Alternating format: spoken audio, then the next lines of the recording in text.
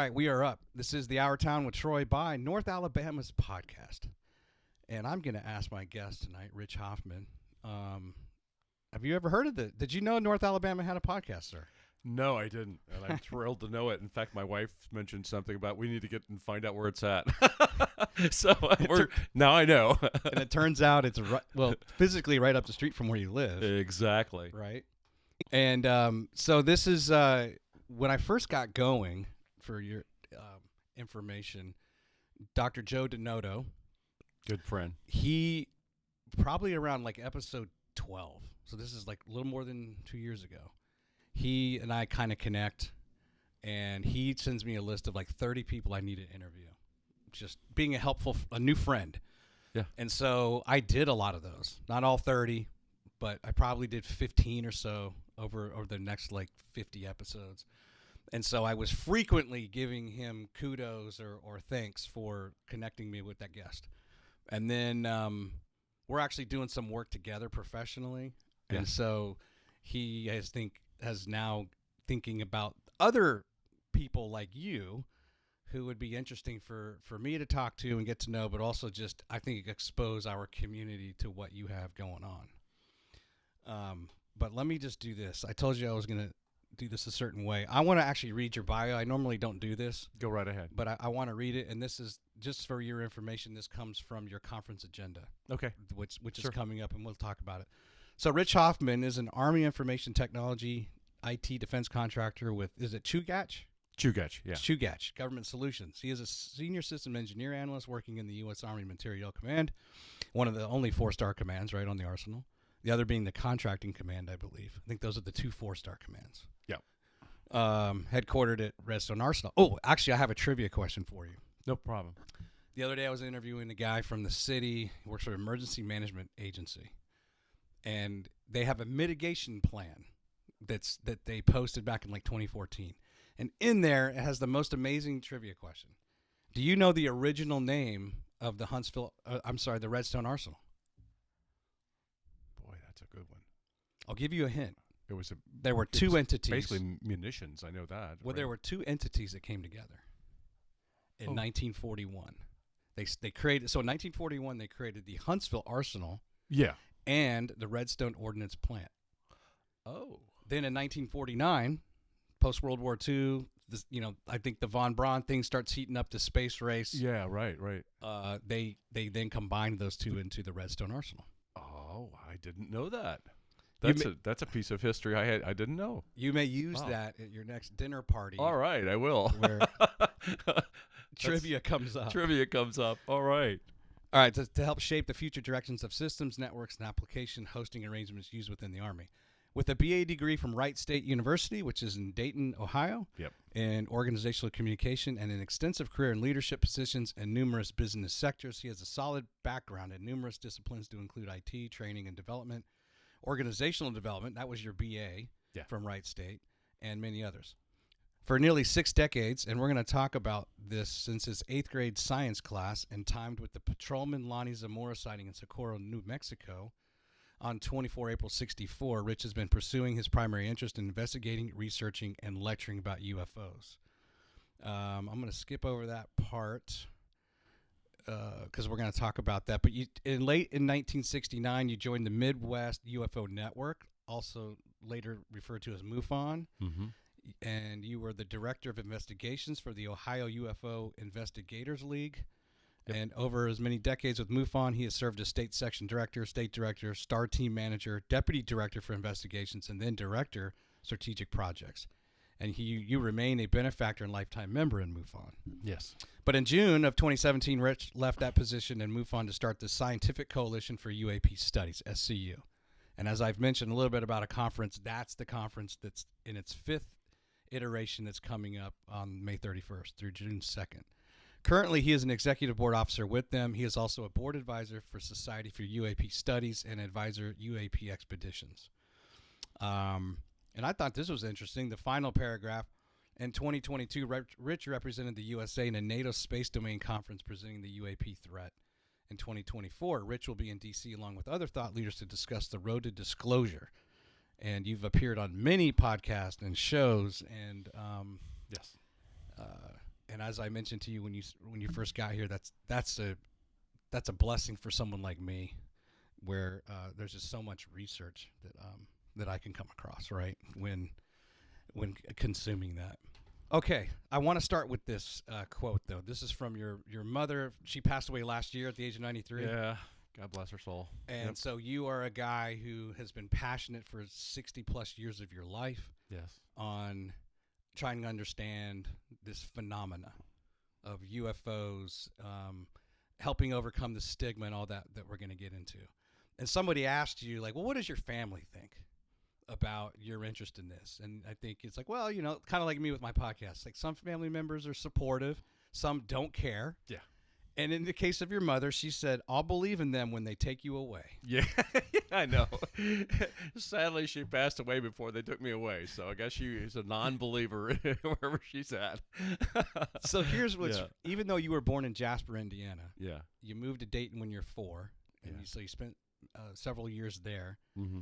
And, unbeknownst to you, Wright Air Force Base, the Project Blue Book is underway, where the Air Force, over the course of from 1947 to 1969, 12,618 sightings that were recorded and somewhat investigated or whatever they did. Right.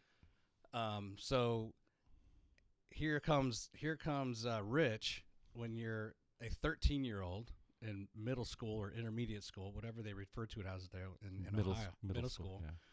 And there's a project, right?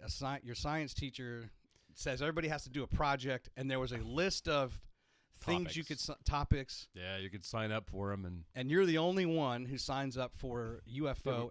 And it was the only thing that left. I mean, I was late to class, and you didn't even know what a UFO was. I had no concept of what a UFO was. I had to go up to the teacher and say, and this is a science class, by the way. Right.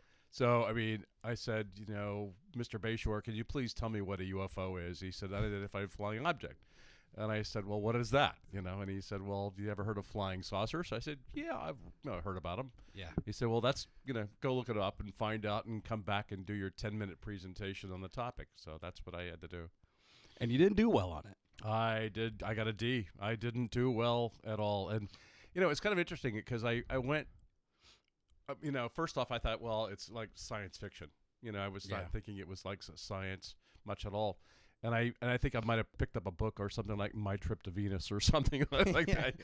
And I read it, and it didn't come out too well. And here I am now in my, doing the 10-minute presentation, and I'm talking about something as crazy as that.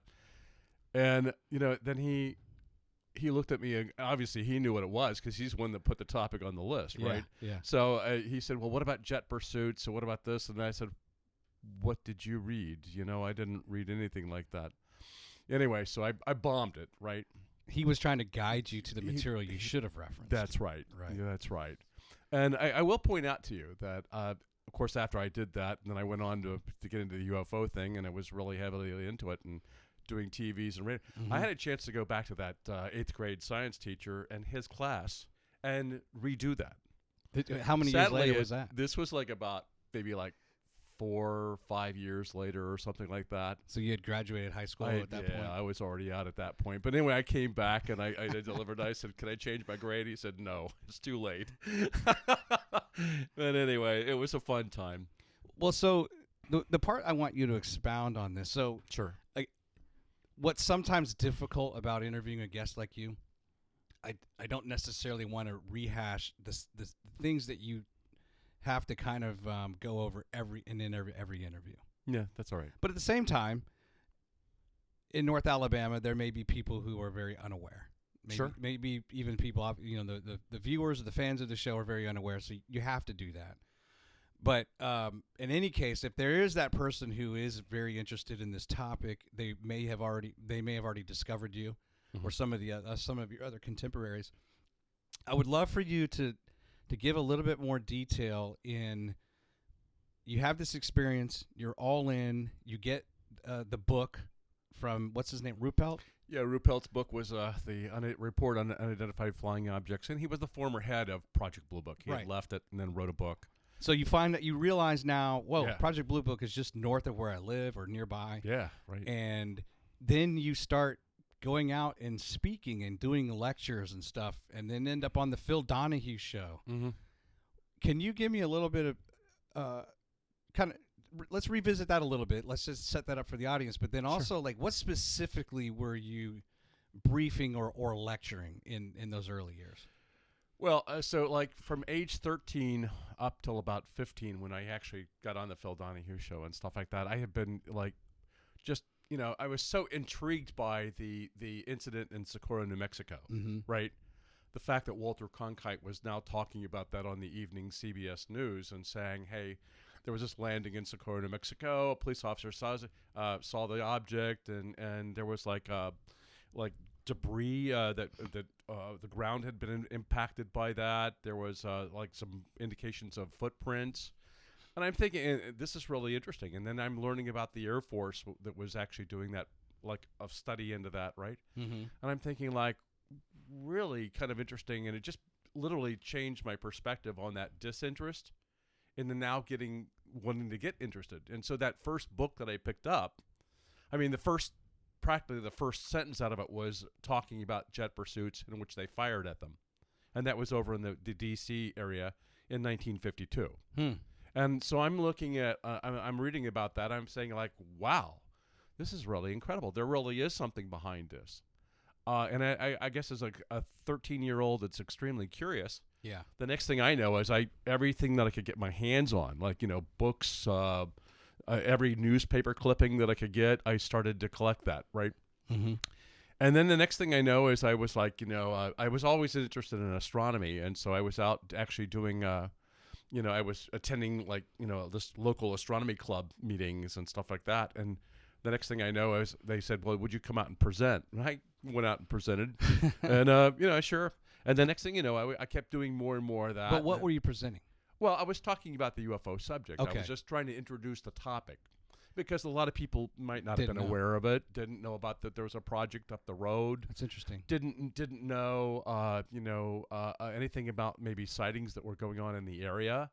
And so what I saw myself doing then was just more like not only educating them, but educating myself. And I had read so much about cases that I could talk about them, you know, and I could talk about what the phenomena was really about.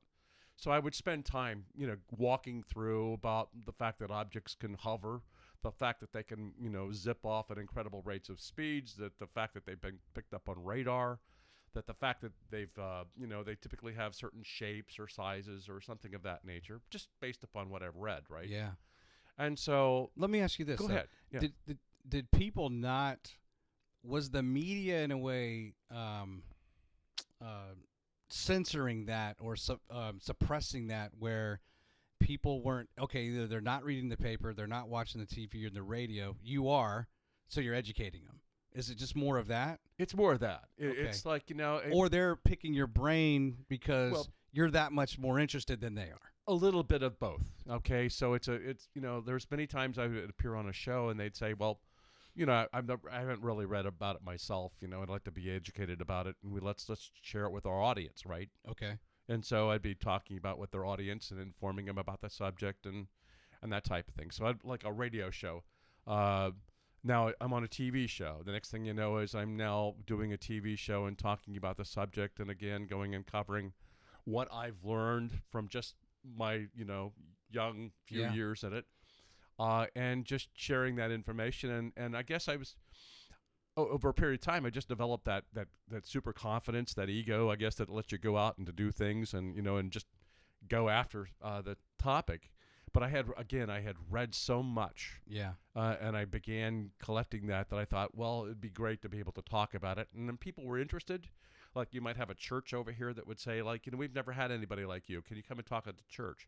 Sertoma's clubs heard about me. Oh, let's go to a Sertoma club, you know, a Lions club or something of that nature.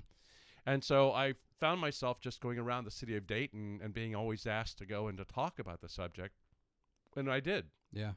And it was as a result of that apparently someone who had mentioned it, I guess, to the Phil Donahue producers or whatever like that I ended up getting a call and saying, would you be interested in coming on the show? I would imagine it was the combination of the topic and your age. Well, Maybe, I think that I think right? I think it's both. Captivating for them. It was, and and I felt a little bit awkward in the sense that I was going to be on this show, but this is also before he went to Chicago and really became well known. He was still in Dayton. He had brown hair back then, because when I remember Phil, he always had gray hair. Yeah, like in the '80s. It was a little bit. It was a little bit more the darker, at that point when I got to meet him. But and many people say, well, do you have a copy of that show? I said, well, let me tell you, this is at the time when we didn't even have tape recorders and we didn't have a whole bunch of other things. I said, no, I don't have a copy of that. I wish I did. You had to go to NBC or ABC or whoever. Yeah. But anyway, so that's the kind of thing that happened, and that led into that. And then the next thing I know is, as a result of doing that, I found myself being called like the UFO guy for Dayton, Ohio, despite the fact that right up the road was Project Blue Book. And I was more vocal about the topic than they would be. They had probably the public affairs people would cover a case or something like that, but I was out talking about it all the time. And they probably were not allowed to talk about it? Well, maybe. I mean, but I mean, periodically you also had Dr. Jalen Hynek, who was a consultant with Project Blue Book, that was going around, and I got to actually go and hear him present at the Engineers Club in Dayton and stuff like that. Got to know him a little bit then. And so here he is, the consultant from astronomy that was working with all three projects, Project Sign, Project Grudge, and Project Blue Book. And, so I started to develop these relationships with these more well-known people and stuff like that. Yeah. And then eventually got to connect with others, and I heard about an organization that was called the Midwest UFO Network, and I joined them. This was even before Project Blue Book had closed down. And then I then went from there and started to connect with people in Dayton and in Cincinnati and other locations, and we decided to go and create the Ohio UFO Investigators League. Got it. And then I kind of became the investigator director for that. And then started to figure out, well, there's all these sightings that I've got to go out and investigate, right?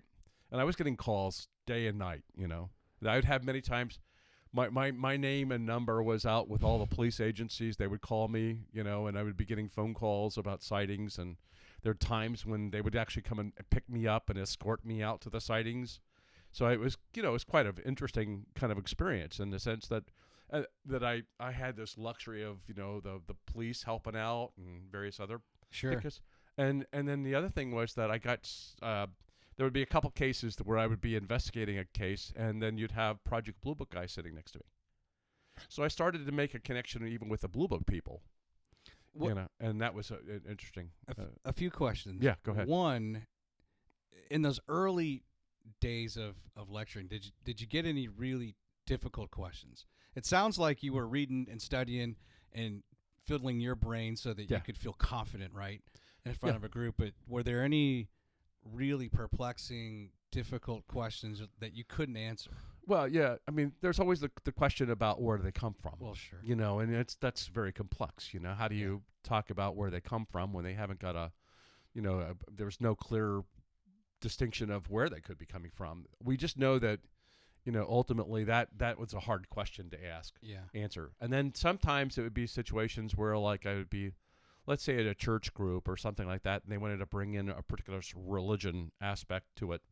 And I'll be honest with you. I mean, I went to church and stuff like that, and I was raised a Lutheran at that time, but I just didn't have that kind of a connection with that, sure. And I couldn't cite, Bible verses and everything else. But I put it in the context of the fact that, that even if you read the Bible, you'll see that Ezekiel's talking about a wheel that comes out of the river Chebar that was up in the sky. Or if you have all the other connotations to, voices that speak out of trees or burning bushes or that type of thing, you're talking about something that's rather supernatural to many people. Yeah. And I said that this is pretty much the way that the phenomena is as well. It's a supernatural kind of thing, because it's beyond our nature. We don't understand what it is. In your study, yeah, go ahead. What is the first occurrence that you know of that's kind of on record? Like, in what year did that occur? You mentioned the 52. Like, are we talking like in the 1800s, 1900, like early 1900s? Well, I know you mentioned in the Bible. That's somewhat. No, yeah. I mean, so you have, even in the late 1800s, you had the mystery airships that were being reported. You know, you had a lot of out west specifically where people were seeing these airships. And they would talk about, you know, even like beings that were descending from, you know, like ropes and various other kinds of things, and having encounters with people that look like us, you know, and you say, well, wait a minute, is that some sort of dirigible type of thing or whatever like that, you know? And you'd say, oh, well, and then, you know, you have obviously the most well-known case is in 1947 with the Kenneth Arnold case up in the state of Washington. And so that's one of the very first one. They call it the modern era. But even before that, there were sightings that were in 46. You had also during the World War II. Okay. You had a thing called the Foo Fighters that were being reportedly seen around Allied aircraft. And so, you know, you've always had these objects being seen throughout the skies. Even if you go back in art throughout history, you'll have people that are representing things that they see in the sky that are relatively interesting throughout every culture. Yeah. And there's a great book called Wonders in the Sky by Jacques Vallée and Chris Albeck, where they've gone through and they've had linguists and various other things go through different cultures to find those kind of records, and they put it in the book. So you've got, like, you know, hundreds of years of things. Now, you have to understand, you know, even in earlier times, an asteroid would not have been known, and the concept of having a rock that fell out of the sky would be far from anybody's, you know, understanding. Yeah. And so, I mean, most all cases that we've ever dealt with are generally, while they're deemed to be UFOs initially, when you investigate them, you find out that they have logical explanations for them. So the vast majority of cases can be explained. Yeah. In fact, the phenomena is probably extremely rare. I guess what I'm trying to tell you is that there are so many things that just we don't spend our time being aware of what's up in the air. And so you know, if I mention the word sprites, do you know what a sprite is? Well, it's like having we've only known about them for 10 years. You know, and so sprites are these huge, like, lightning streaks that go up in the top of clouds at, you know, the troposphere and stratosphere levels, and we don't even understand those yet. Gotcha. And so there's phenomena out there, like, you know, even the ball lightning and various things like earth lights that people don't know about. Right. And so they see them and they report them as UFOs. Well, and it's interesting because, you know, clearly, you know, they weren't documenting things like we would document now in the 1500s or 1600s or 1700s. Right. And even if you saw something, yeah, what sort of precedent would have been for you to even know? Exactly. Like, yeah. Or if it didn't happen again, you just dismiss it. Right. But now you get into more modern era. Well, now there's the stigma attached. So at some point, right, like, okay, there's I just this thing, and I noticed this light, and then they go unreported because of the stigma attached to, well, you're crazy, something like that, right? So it's almost like we still may not know a lot because not everything that's ever happened has been reported, or they were afraid to report it, and it goes left unreported. Correct? Yeah. So I mean, the vast majority of actual sightings. I say sightings as opposed to reported, but I say sightings go unreported.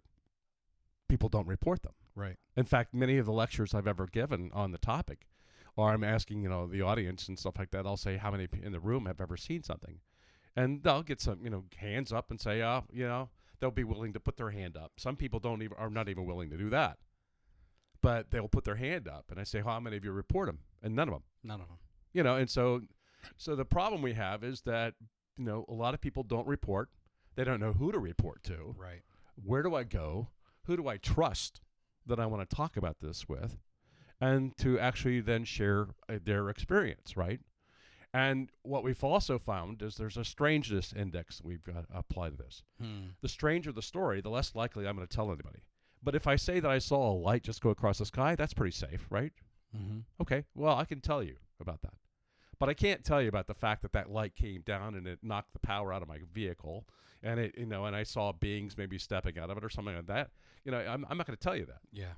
And so that the stranger the story, the less likely I'm going to hear about it. The fact that people don't report, we're not getting the total picture. And so it's very difficult for you to then take that and then try to apply it, you know, some sort of a logic and say, well, this is what the characteristic of those things are. Yeah. And, and the tough part for an investigator is basically now they have to look at every case. And so there's a large number of cases where we can find, well, it was a bird, it was this, or it was this. You then have to weed through all that and narrow it down to get to the right population of the things that are actually, considered to be unknowns. Yeah. You can't explain them. And then you try to deduce, well, what's that behavior? And how do I tell you about what that object really represents? Because I've got to do all that work to be able to get to that point, right? Yeah. So it's a very complex challenge to any investigator to do that. They have to really understand what the IFOs are, the identified flying objects up there, and then to be able to sort through all that in order to come up with a true conclusion. And we're dealing mostly with people being flawed humans, in the sense that maybe you have a good eyesight, maybe your memory is not good, maybe you can't draw or something like that. Your what you saw, you can't, or you can't tell me about it in the appropriate terms, or you use terms that I don't understand. Right. And so that's where anecdotal evidence doesn't help scientists advance. They need more like data from systems or that type thing to be able to help them to understand what the phenomena is, and to truly to pick. So we're just starting to see, for example, objects in the other kind of like parts of the spectrum. We've always been dealing with the visible spectrum, but now we're seeing them in infrared because we've got military cameras that can see them in infrared and photograph them. Really? So now we're starting to see what the heat is around the object, which we didn't know before. You get what I'm saying, right? How recent is that? Well, we started to see that, probably within the last. Well, you had the 2004 Nimitz case. There was a case in San Diego. You had that was off of Catalina, yeah. In that area. But you've got that video clip where you've got the thermal. You also had Agua Dia in 2013 that we investigated with SU. You have a number of other cases where you've got that. So it's within the last, we started to see the sea change in terms of our technology, number one, where we're starting to see that we have finally got cameras that can do that. And we're starting to get military-grade cameras and we're starting to get somebody that leaks that image, and we're able to now take a look at it, right? Yeah. It's it's not like the military is handing over all these videos. They're starting to do that, by the way. But yeah, go ahead. Before we talk me through when you got picked up by the police and they took you out to do an investigation. What did those investigations look like? Was it mostly just talking to witnesses? Yeah. And so getting their account and then trying to figure out what you could identify in the area? So, you have to understand, this is back in the early days, again, when we don't have a whole lot of, I'm not walking around with a cell phone. We don't have any, computer that I can go over to. So, this was at the time when, there are 30 witnesses that are standing out watching some sort of an object in the sky. And, I'm now called to come over and to go out and investigate it. And they come over, pick me up. I go out there. I'm standing around with 30 people. Are you seeing it too? Well, yeah, I'm looking right at it, and I'm saying, well, I hate to tell you this, but that's the planet Venus. Gotcha. And so you had 30 people all convinced that they were looking at an unknown object in the sky that was, and it had the different color changes because it was scintillation in the atmosphere. Gotcha. But they didn't know, and it was so bright, and they're thinking that's what it was. And so I had to go and break the news to them that you're looking at the planet Venus. And then I kind of spent the rest of the evening having to go around the city of Dayton because guess what? The other people who had police radios heard it too. They went out and saw it, and then they started calling in, and next thing I know, I saw the planet Venus the rest of the evening from different parts of the city. So you have that kind of thing that you have to deal with where you're going out and you're looking at, a large number of people that are seeing it. There was one case in Lebanon, Ohio that had a police officer that was out, and he actually got a photograph of it as it was going overhead. Really? And it was, it was an incredible evening, and there were maybe some 20-odd people that were all seeing the same thing. And it was definitely something that was an unknown. I couldn't explain it. and the shape of and it ended up on the National Enquirer. The case. Well, let's do this, and I hope this is a good way to compare this. Now let's go to the Agua Dia, and you said SCU was brought in to investigate. Yeah. Now that's 2013. Is that right? Yes, 2013. What does that look like now? Okay. What is that investigation? So we're talking 40-something years later. Yes. Well, at that point, I was the director. First off, I was the director of investigations for Alabama. Yes. As well as Mississippi. Okay. I handle both states. So I'm dealing with that. I'm also at that point the deputy director of investigations for MUFON at the national level, right? Okay. And it's toward the 2012 time frame. Oh no, it's actually 2013. Yeah. At the beginning, we had the MUFON conference that was held in Covington, Ohio, or Kentucky, and I went to that. And what happened was that one of our individuals that I knew, Morgan Bell, who is the state director of Florida, had a video image that he was able to share or something like that. And the next thing I know is we're now taking a look at that video, and it looks incredible. It was in Agua Dia, Puerto Rico, and we're saying, like, wow, this is really incredible. We ought to really spend some time and study that. And I ended up having to sign a non-disclosure agreement. This was coming through Homeland Security, right? And the Homeland Security pilot actually wanted to have it looked at by somebody that understood UFOs, number one. And number two, that would treat it scientifically. And we assured them that we could pull together a team of science-minded people to do that. And so we all had to sign non-disclosure agreements. And oh, by the way, they did background checks on us and everything else. Sure. And all this before we were able to get into the actual case and get the information and start working on it. So we went and did that. And we got the approval to go ahead. And we started spending time with it. It's a 3-minute and 54-second video of this object that comes in. It was about 9 o'clock in the evening, and this is like in the I think it was in the April 26th, if I remember correctly, 2013. And anyway, it was at 9 o'clock in the evening, and the object then comes in from a water, and it has a light on it. And the Homeland Security Customs Border Protection was just taking off on a flight from Rafael Hernandez Airport. And they just started to get airborne, and they were cleared for that takeoff. But they're looking over where they're going to be heading, and there's this light that's in the sky that's coming toward the airport. And they were quite concerned, and they said, they contacted the control tower and said, "Are you seeing this?" But no, I thought you said we were cleared. And they... Control tower confirmed that they had also seen the light that was coming in.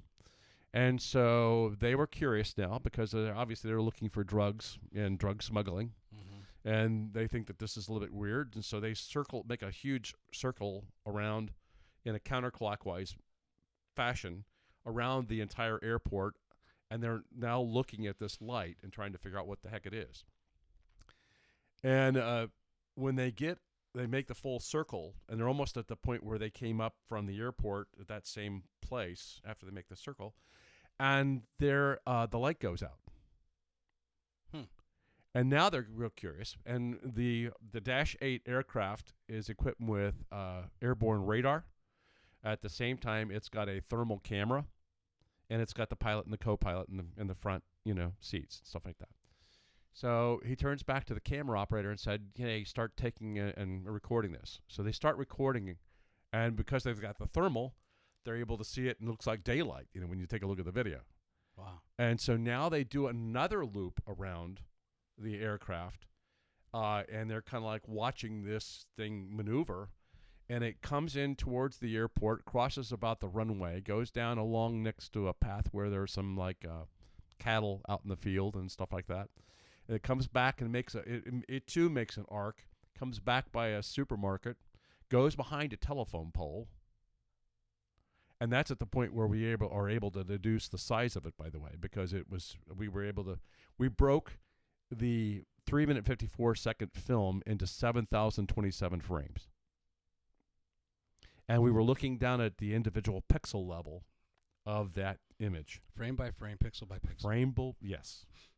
And we're able to then start to see the size. We're able to see that it went behind the telephone pole.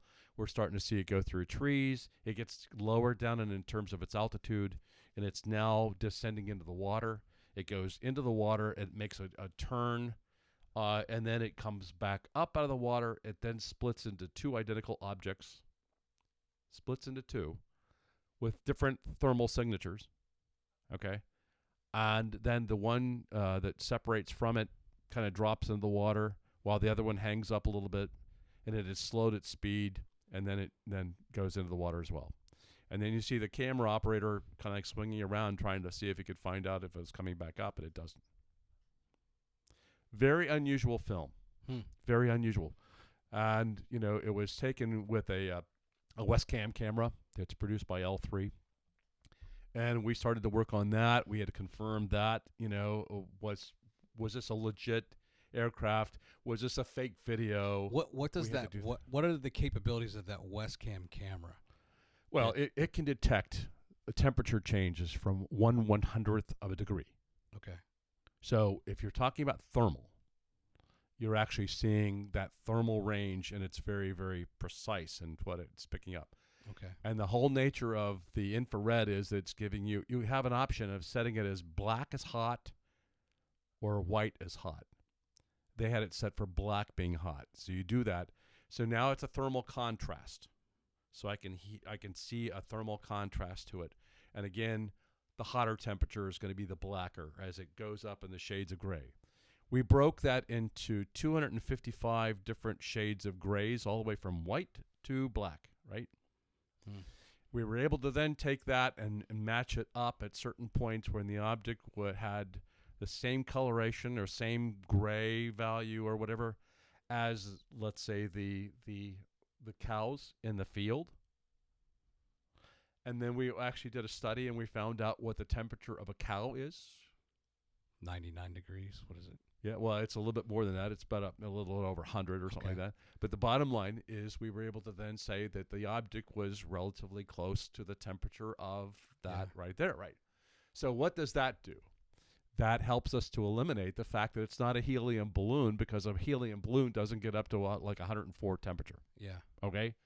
And at the same time, you know, we had to then deduce the size of the object. Well, you have to know the relationship of, if you have a plane circling something, you have that parallax kind of issue you deal with where the background is moving and all this other stuff, and the object might be in a certain position, and you could say line of sight.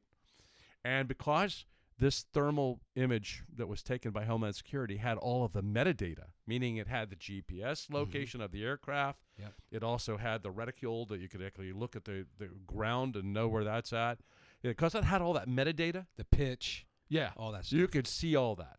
You're able to then take it and break it apart, and you can recreate the whole construct again. And you could see, because you're looking at frame by frame, and you could see the seconds, you could determine how the speed was.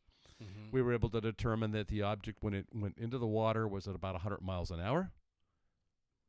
Okay? And that you could actually see it moving underneath the water because it was creating a hump on the top of the water, and that changed the temperature. Sure. Right? So you can see that it's moving through the water, underneath the water. It then comes up, and it gets really, really hot. Hotter. And then it breaks into these two objects. And you think, well, wait a minute. Typically things cool down when they go in the water, right? This got hotter as it came out of the water. And so there's all these kind of like things you can figure out. The object size was about 3 to 5 feet in diameter. That's it. 3 to 5 feet in diameter. So we run across objects throughout history, and when you take a look at the UFO phenomena that range anywhere from like even pineapple sizes all the way up to aircraft carrier sizes. And our drone technology was probably not there yet. No. To try to classify that as a potential drone. There was actually, we were trying to figure out if there was actually a thing called the flimmer that the Navy had developed. A flimmer was able to go up in the air and then go into the water. But when you took a look at with a wing, it was more like a winged aircraft. Where the wings would fall off, and then it becomes like a torpedo. And then since that time, we've been trying to develop drones that can go into, and we're testing those things, where you can actually have them go in the water and try to get them to come back out and stuff like that. So there are testings, of all that stuff now, because drone technology is advancing like left and right. How long were you there doing this investigation? Well, we spent 2 years. 2 years investigating the case. Not on the ground entirely. No, and we were dealing with, trying to interview as many people as we could. Yeah. The problem we had with the control tower was that it was a contract. You tried to go through and get a FOIA request through the FAA, and that it didn't work because it's a contract and you couldn't get to the company and all that other wonderful stuff. Then the other challenge that we had was that, we did get radar. Now, we were trying to get radar from a local Marine base radar right there at the airport, and they refused to give it to us. But we were able to get other radar sites around the island, and we were able to then spot the fact that just prior to when it was coming into the water, the object was out in the water doing things like jerking around and moving all kinds of like different directions, and we would see it on the radar. And it was going from like a standstill to like 1,000 miles an hour to a different point in this short order. So it was doing all that kind of a maneuvering around, and we were able to get 50 hits of radar.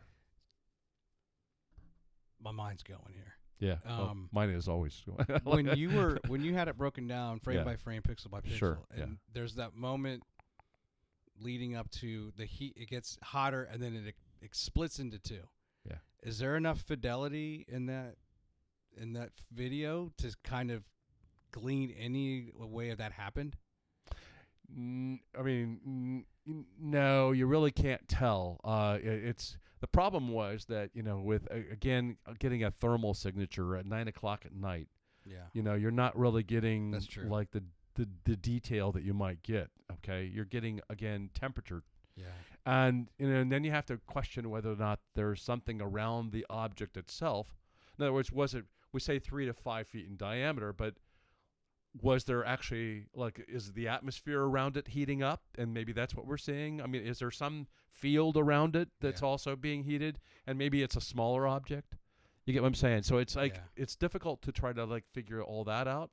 And then the thing changed shape over the 3 minute and 54 seconds that it was up in the air. So it went from like sphere-like to something else. Sphere to like it changed into more like a shape like a U that's over on its side. So it was changing shape kind of like as it was moving around. And you were able to see also that it had some sort of an effect in the film. Like there was some sort of like almost like a field around it. You can look at it and see that there's like a field, especially when it's going across the runway. You start to see a little bit of that going on.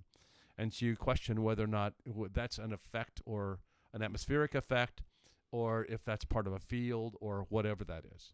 So it was an incredible video and an incredible case as well.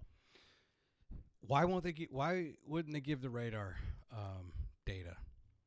Why would they withhold that? There's a lot of times that we've experienced where the number one, we ran through periods of time where the FAA was not cooperative. They were getting hammered by a lot of FOIA requests for UFOs.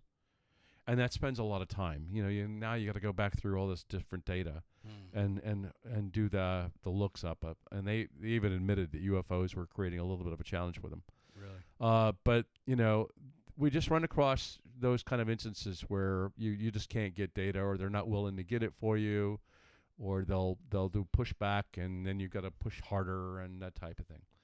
And we've had many times where we've gone to in order to get an understanding of the aircraft's maneuvering at the same time an object might have been near it.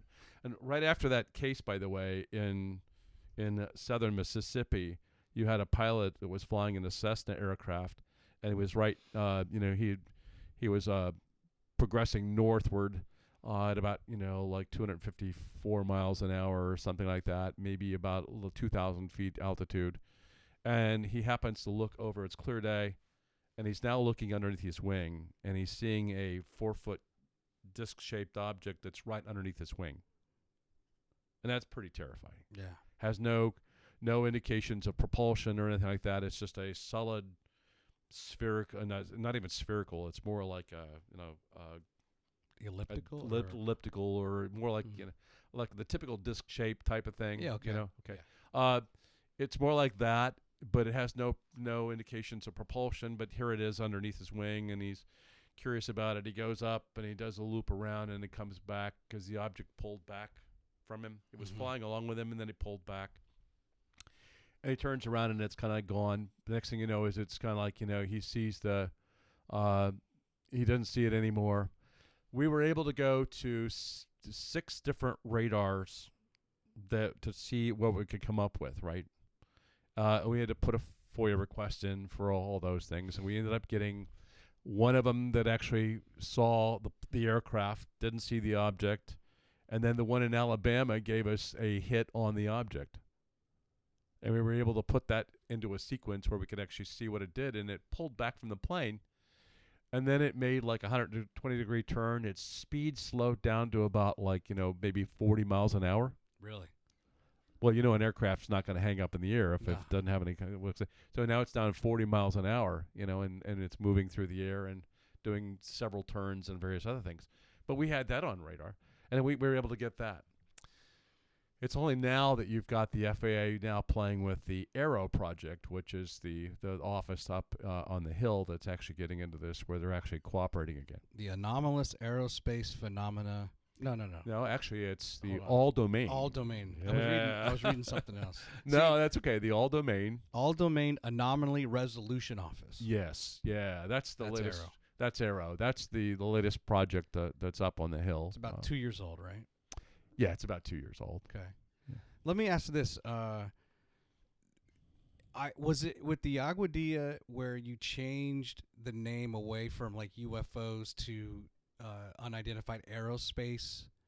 Can you walk me through that and talk about the stigma of UFO, if you will, and saying, okay, let's go with something that different and choose Aero because now it's not just about space. We've seen it in water and on the earth, and just have it encompass all that. Can you talk about that? Yeah, I sure can.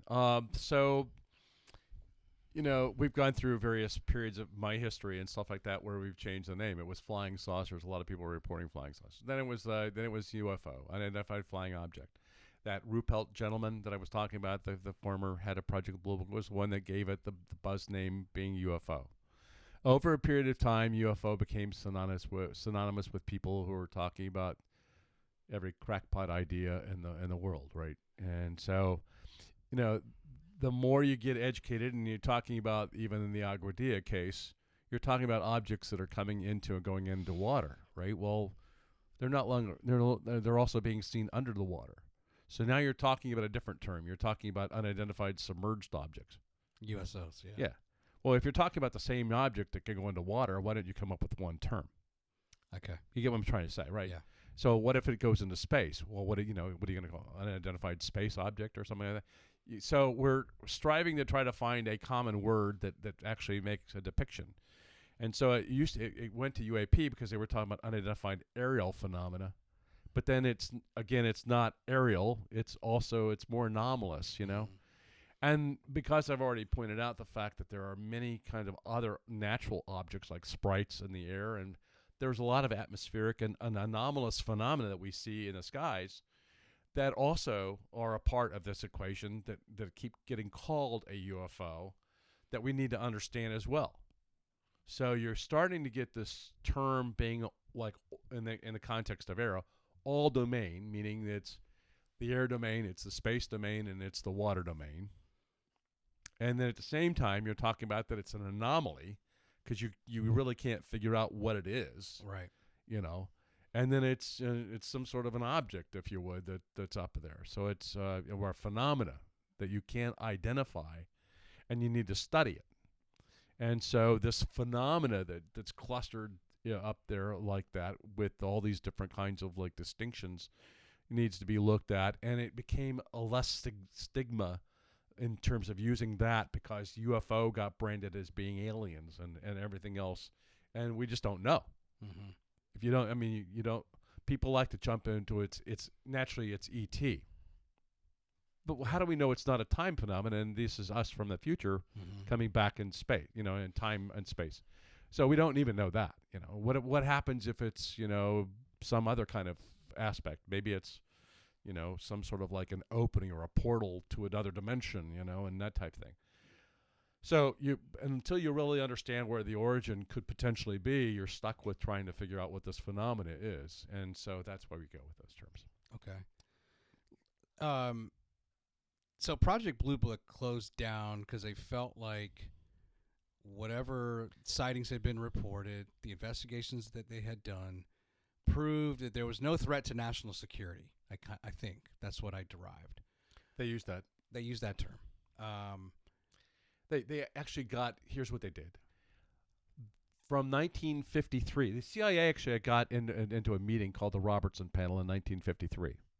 And they sat down with all the Project Blue Book people, and they basically said, you know, this is a concern in the sense that we've got a public that's going a little bit crazy about this topic of flying saucers. We need to calm them down.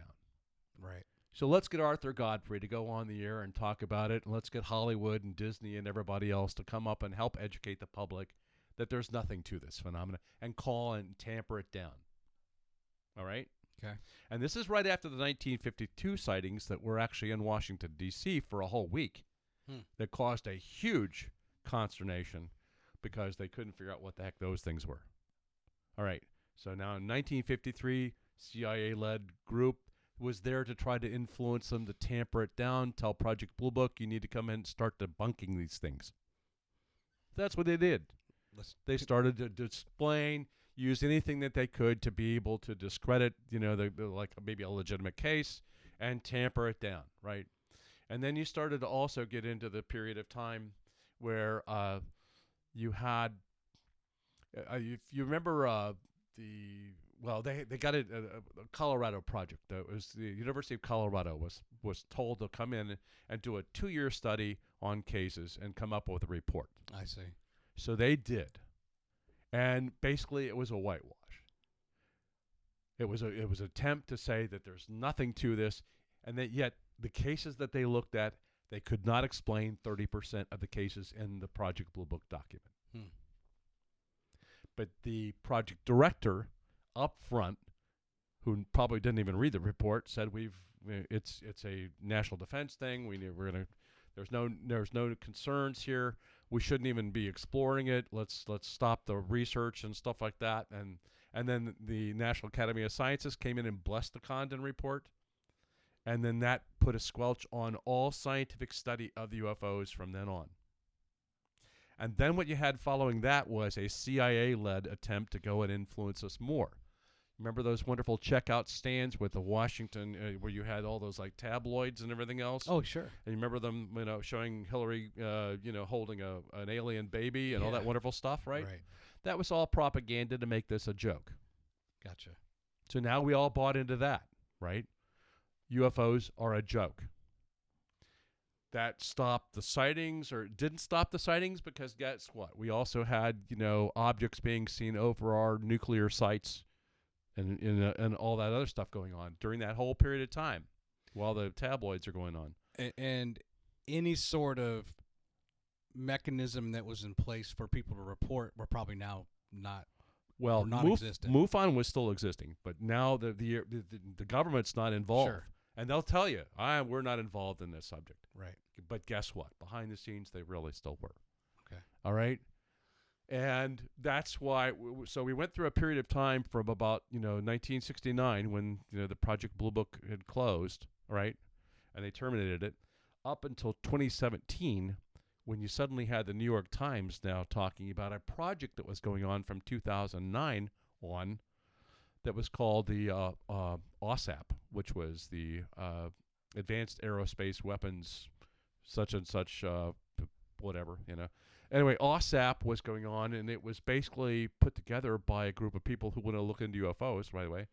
And it was funded by, these senators to help Reed in a way, and the guy all, from Alaska. Yep, and to all be able to get them to Ted Stevens. Yeah, Ted Stevens, to get them to actually start looking into it again, right?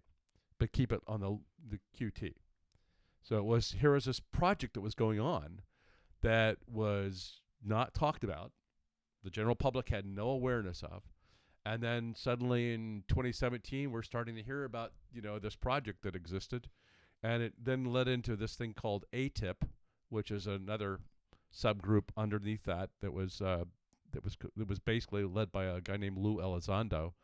And that became, and he was the one that helped release the three videos in 2017 and 2018 that led us into this, again, this awareness that there was a project going on and that there were serious objects up in the sky, right? Well, let me ask you this, though. Like, that's a huge chunk of time. We're talking like 40 years from Project Blue Book closing down till now it's kind of heats of 09, right? So what were you doing and MUFON doing in that 40 years? Still investigating cases.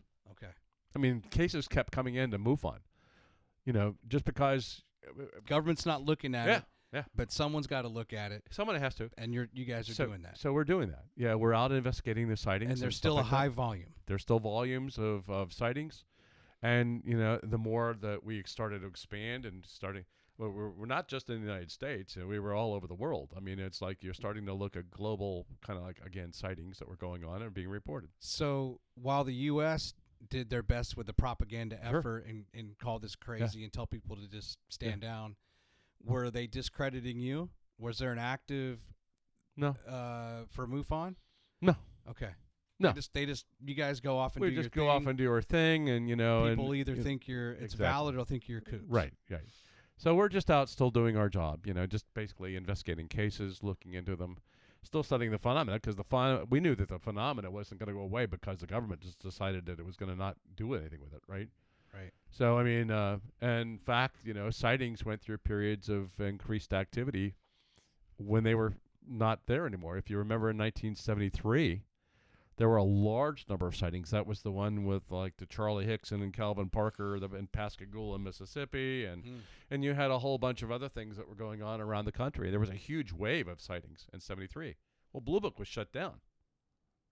Well, we were busy out like I had hundreds of cases that I was going through at that time each week, looking through. And so, in addition to your day job. Yeah, in addition to my day job.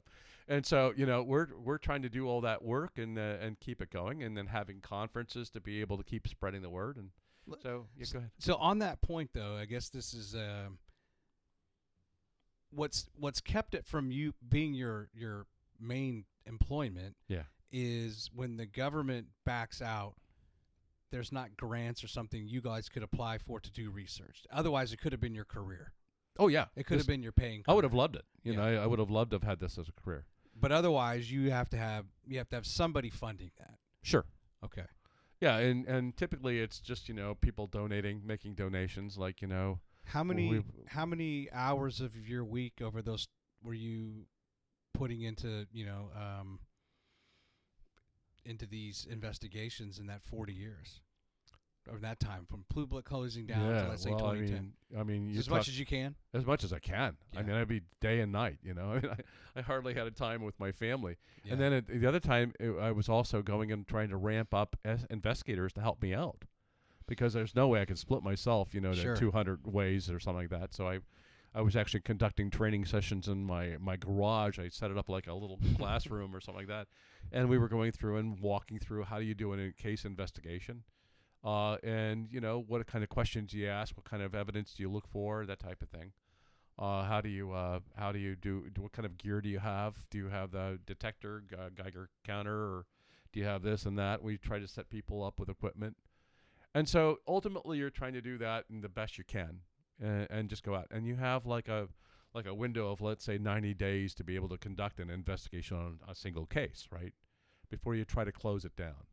Well, sometimes cases last longer than that because there's a lot more to it. Like the Aguadilla was 2 years, right? So bottom line was that, you spend more time on those better cases where you've got a lot of data.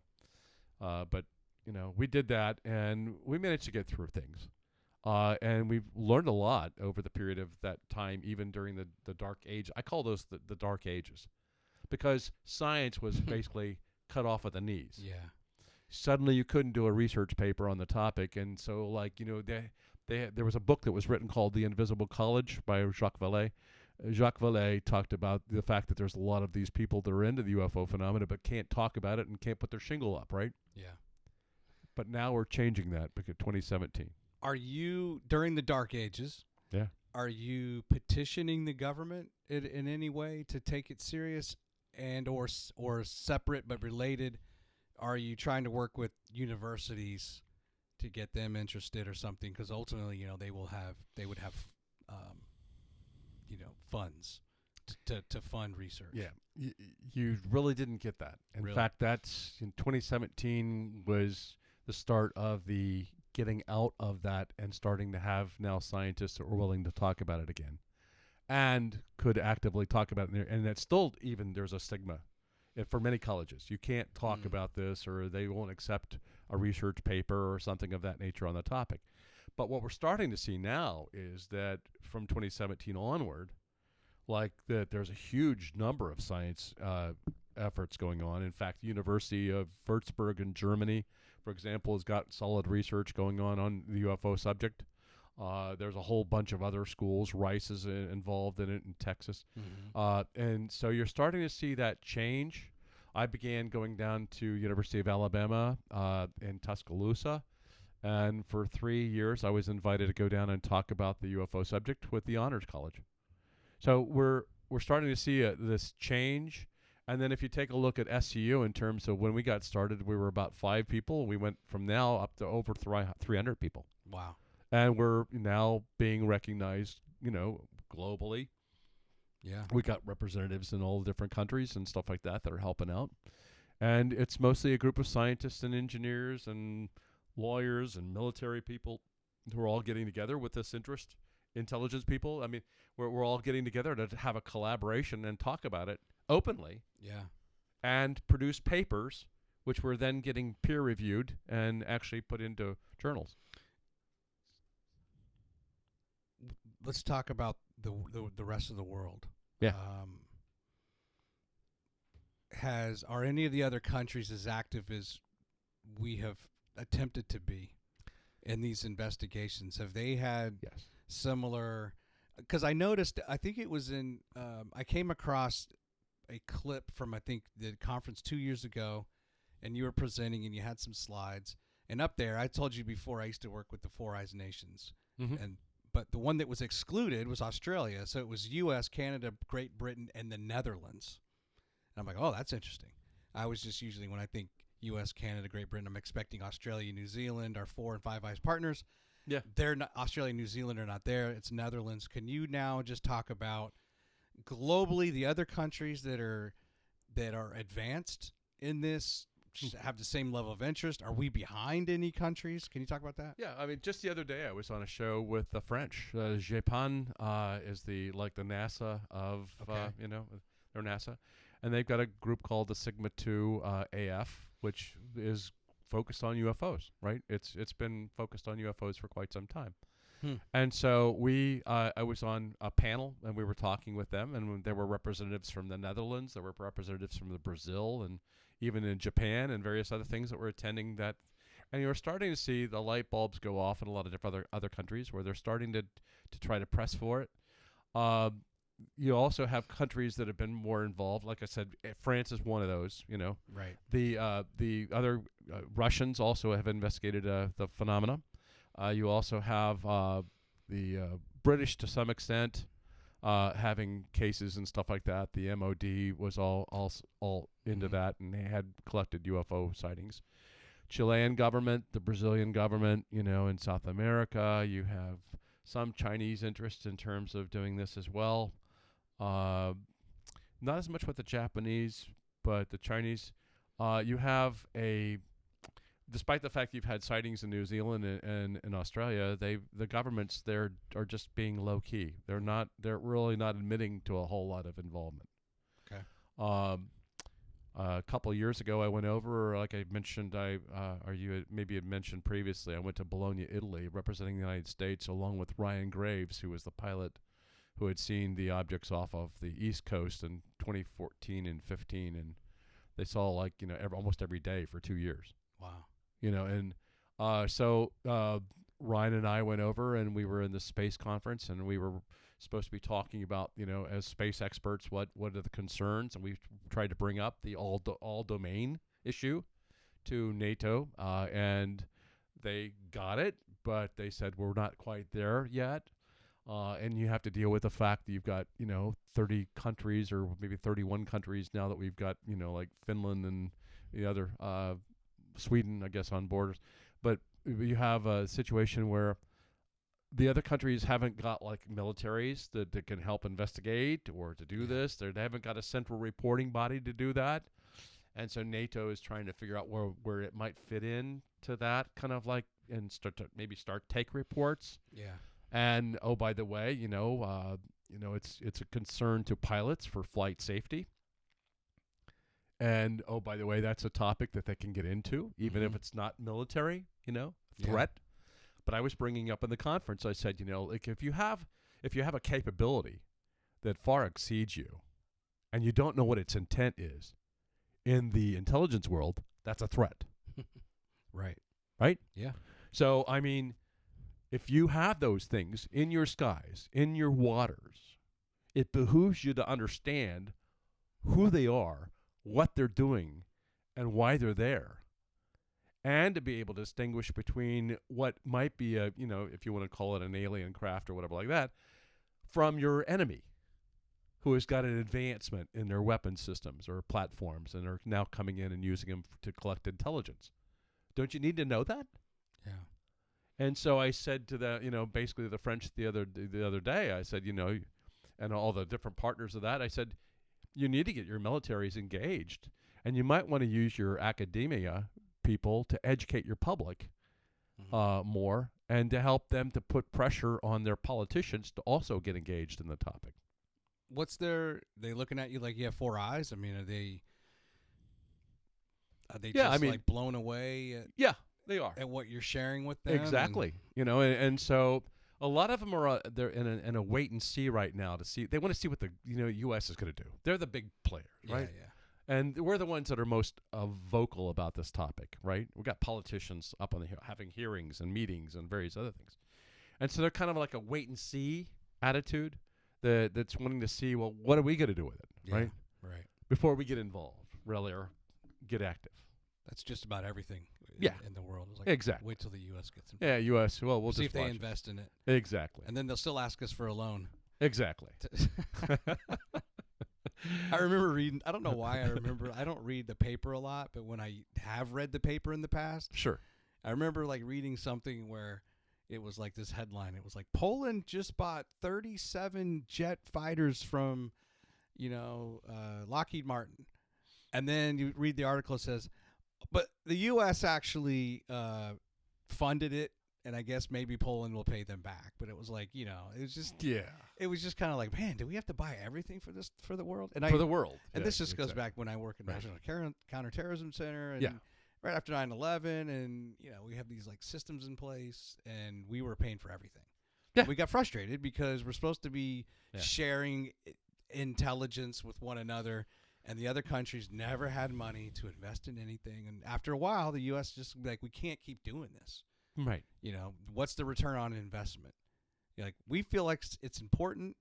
Anyway, I'm just going off on a tangent. No, but I appreciate what you're saying. And that's kind of like the attitude, again, with this whole thing with UAP. I mean, so when we're looking for a global kind of thing, and because these things are being seen globally. Sure.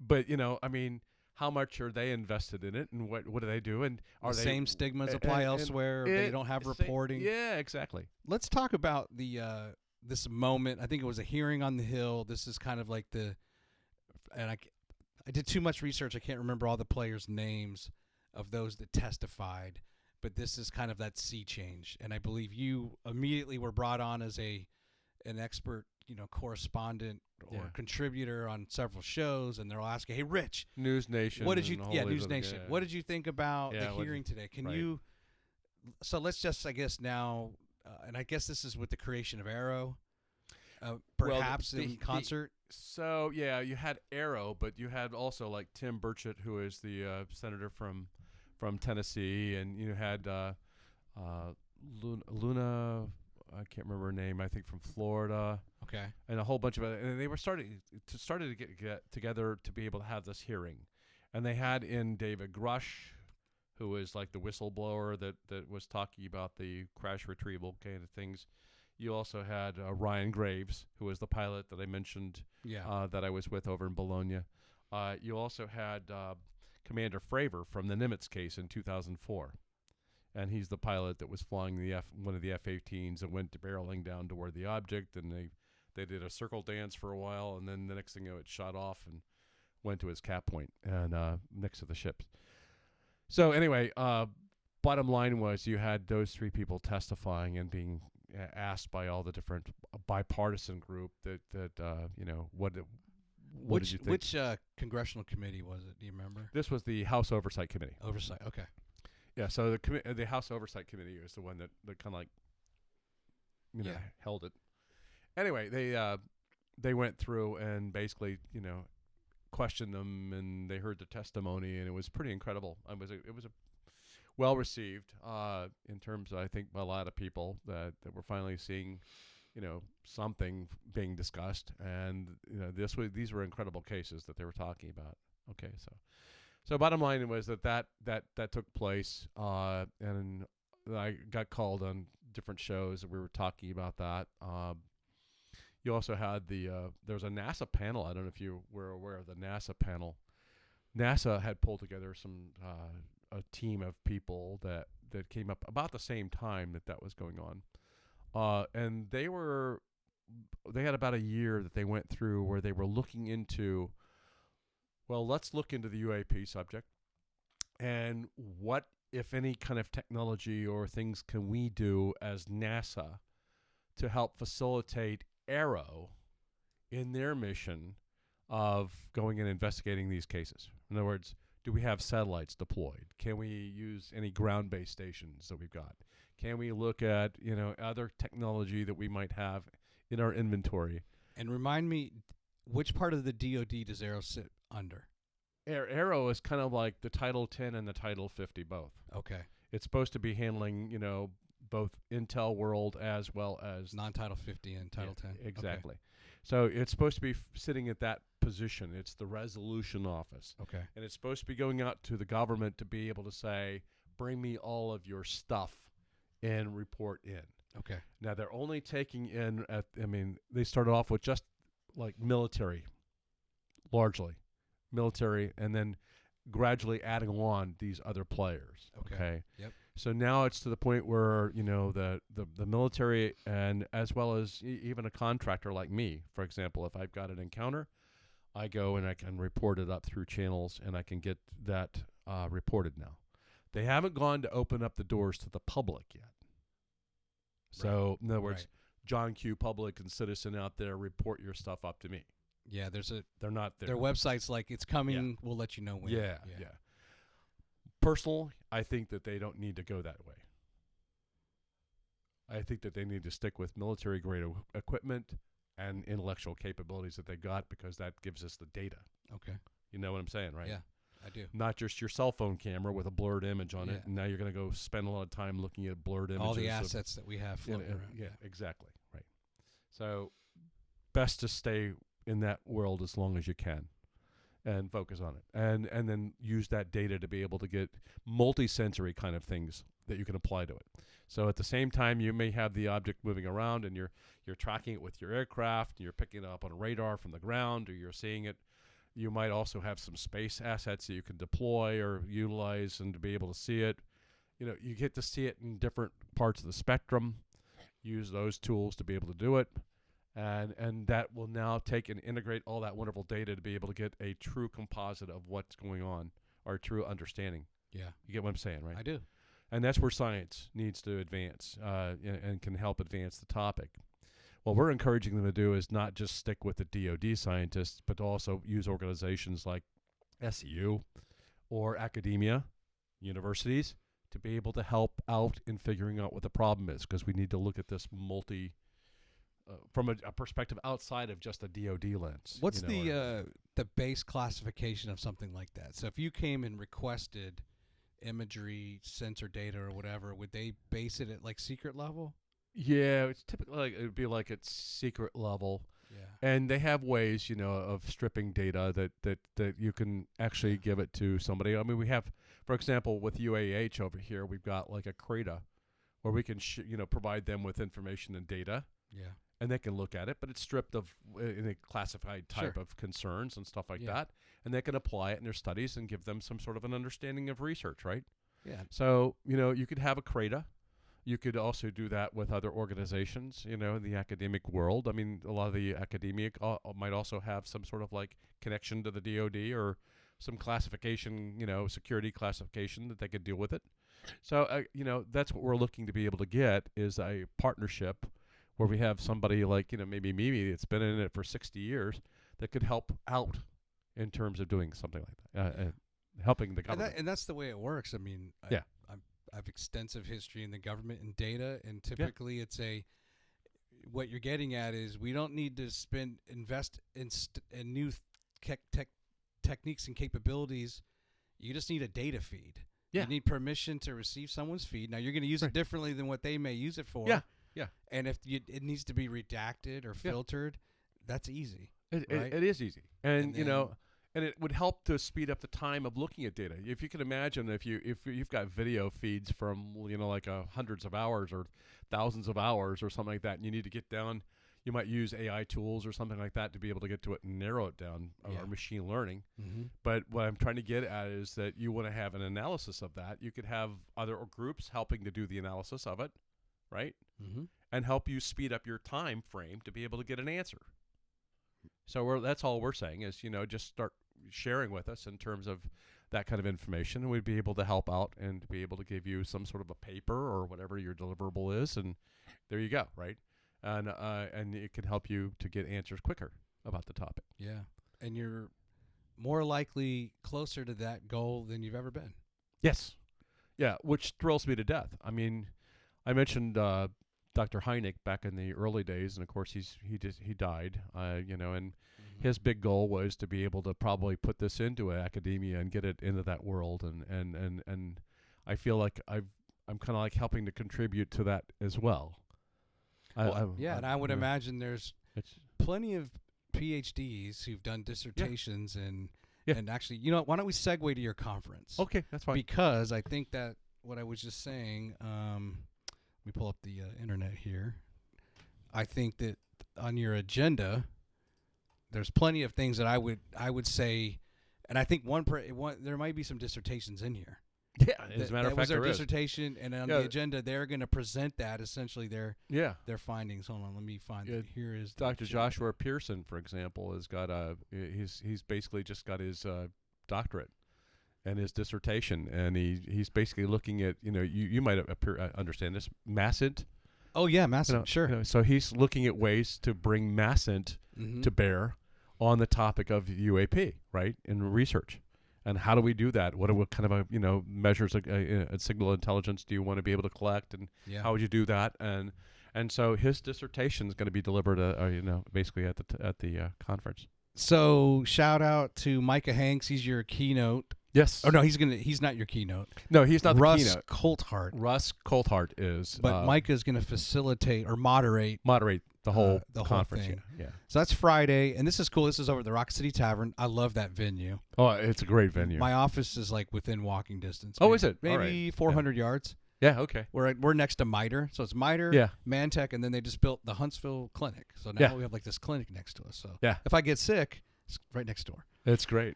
but it's a great venue. It is a great venue. And here's a little bit on Russ. So let's get to the next day. So here's Saturday the 1st. This is kind of really the meat of it. Now we've gotten past the keynote, which is basically just trying to put the topic. We've got this thing where we're trying to bring government, we're trying to bring academia and science together. Sure. And to talk about how do we collaborate, how do we share.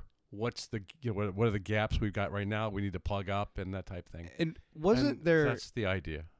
So last year was virtual, but 2 years ago, yes, I think you had a couple surprise guests, right? Show up. We had David Grush, the guy that was up there, whistleblower. The whistleblower was there. His boss and his boss's boss, and we had other people, like Travis Taylor, for example, who's a local here from Huntsville.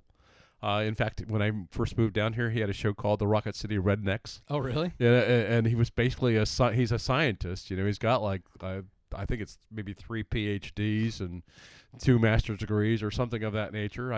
Wow. And he's brilliant. And there's a show on History Channel called The Secret of Skinwalker Ranch, and he's out the lead for that. Anyway, so the bottom line is that he was in town, and and I get to know him and stuff like that. But he was there along with Jay Stratton, who was the guy who actually helped put together that OSAP that I mentioned. Yeah. And played a critical role in that. That's right. I saw him interviewed on a few things. Yeah. So you have Jay Stratton, you've got Travis Taylor, you have... Because Stratton was involved with Arrow, I think. Well, Was he not? Kirkpatrick became the lead, but he came out of MISIC, by the way, here. Oh, did he Missile really? Space Intelligence Center. Oh, wow. Okay. Right? So he came up to from there to Arrow about the time that we had our conference, by the way. Gotcha. And did you know they were all coming? Had they registered, or was it a surprise? Yeah, I knew that they had come, okay. but we were keeping it on the on the down low, and stuff like awesome. that. Anyway, the bottom line was we had a lot of incredible people that showed up. We had Dr. Eric Davis. He's very outspoken in terms of just what he does, and he's a physicist, and he's basically he's helping with the space platforms and propulsion systems and everything like that. So you're a nonprofit. You have this so you rely on donations, of course. Yeah, you have these conferences, and then the hope is that you can get some funding or utilize that funding in order to do research. Yeah, and continue to build databases, use AI tools to be able to help that out, and all that stuff costs. Gotcha. I mean, so and again, it's just about getting research done and being able to utilize these kind of venues to help us raise money. So let's do this. I'm going to read through some of these topics, and you just stop on the one that you want to elaborate on. But sure. We have Dr. Julia Mossbridge, working with taboo and fear. What does cognitive neuroscience teach us? Yes. I mean, you have a psychology background. Yes. What is the purpose of this as it fits into the context of what we're talking about here with phenomena? Well, I mean, there's always been this question of whether or not cognition somehow plays into the topic of seeing a UFO, or there's also, if you take a look at it from the context of there's telepathic communication allegedly by beings and various other things with this. But there's always been the question of is this a consciousness kind of like effect? If you take a look at even Carl Jung, in the early days of psychology and stuff like that, was really heavily involved into this, and so it was trying to see if there was a psychological thing that would maybe trigger people seeing these objects, or and if there's kind of an interesting aspect of this where like 2 people could see an object and they see something different. I mean, radically different. Right. You and I could witness the same traffic accident. Exactly. And there's 2 very different accounts. But I mean, it even goes into more like, the fact that, to you it looks like a round object, and to me it might look like a triangle. Gotcha. So where does cognition play in on that? Or what's our consciousness? And so we're getting into that soft science, if you would. It's almost like how experienced or educated you are too. Well, yeah, sure. That might lead to that. Yeah. So, I mean, we tend to believe things. Why do people believe what they believe? Why do people accept, things are just like the flat earth? I mean, why do we have those kind of things? And so belief comes into the whole narrative. And also, somebody could look at a case and see it as being harmful, and some people go, well, this is incredible, So again, how do we, as a society, and our humanness, if you would, how do we deal with the fact that we've got these objects that we're seeing in our skies, and what does that do to our psyche, even just seeing it? I mean, some people that you talk about when you're investigating a case are completely transformed. They are just like suddenly the believers, and they just jump out, and this is where it is. They're just waiting for that. And and in fact, many of the times we get researchers and investigators who have had personal sightings, who then become those researchers because they want to know more, right? Yeah. And it triggers that, what happened at my age 13? Why was I transformed like I was into this, spending the rest of my life into this, Right. So, I mean, there's the human aspect that we need to really get an understanding around as well. And is it because you live too close to Wright Pat? Yeah. It was almost meant to be, sir. Exactly. Is there such a thing as fate? I don't know. I mean, maybe. Dr. Kevin Knuth. Science and the Mishandling of Anomalies. Yeah, I mean, so he's a physicist, teaches at University of Albany and SUNY, and he's done some incredible presentations. We had him in 2019 talking about relativistic, like time travel, not time travel, but space travel. If you look at the objects, interstellar travel. Yeah, interstellar travel and relativism, relativistic speeds, meaning that like if you have an object that can go, let's say, 40 times the speed of light or something of that nature, not 40 times the speed of light, but I mean maybe like a quarter of that speed of light. For that group of beings that are on whatever that platform is that they're going through space and traveling at that speed, time slows down, right? So he's talking about the fact that you could have speeds like the Nimitz case where you're at Mach 55. Jeez. Yeah, Mach 55. And if you have that speed, that's interstellar speed. Now, where could you go with that? Well, I could be on the other side of the solar system in a matter of, maybe like minutes, or hour. And for you, it slows down because you're moving at that faster speed. Obviously, the people on Earth are going to age a lot, because they're not moving at that speed. So he's getting into that idea, the fact that, ET platforms could be out there, building and maneuvering around like nomads, going from planet to planet. And in a short order. It's interesting you say that because I was just thinking of Top Gun Maverick came out. Yeah. And his aircraft blew up because he hit Mach 10. Yeah. So here we are like. Mach 10. Mach 10. Yeah. And you got Mach 55 Yeah. of an object dropping from 20,000 feet like the Nimitz case. 20,000 and stopping above sea level. Right. In 0.78 of a second. All right. Yeah. Didn't break apart. No sonic boom. Right. No heating up, temperature change. No kinetic energy release or anything of that nature, and not disintegrating and falling apart, and yet it's got no propulsion systems that are visible. All right, and think about it. We speed up and then we slow down to stop. Yeah. All right. So remember that 0.78 of a second. Well, was half of that the slowing down? And before you could say the number one. That's already happened. That's incredible. Okay, so now we're talking about objects that are way beyond anything we've got on this planet. We got material strength that's beyond anything on this planet. We don't have those kind of propulsion systems. That life form's just more intelligent than we are. And and so how do you do that? How do you do that? And that's where we're struggling because it's just, we're talking about, thousands of years maybe ahead of us, maybe even more, we don't know. Yeah. And so why wouldn't you study that? And that's what we're doing. Yeah.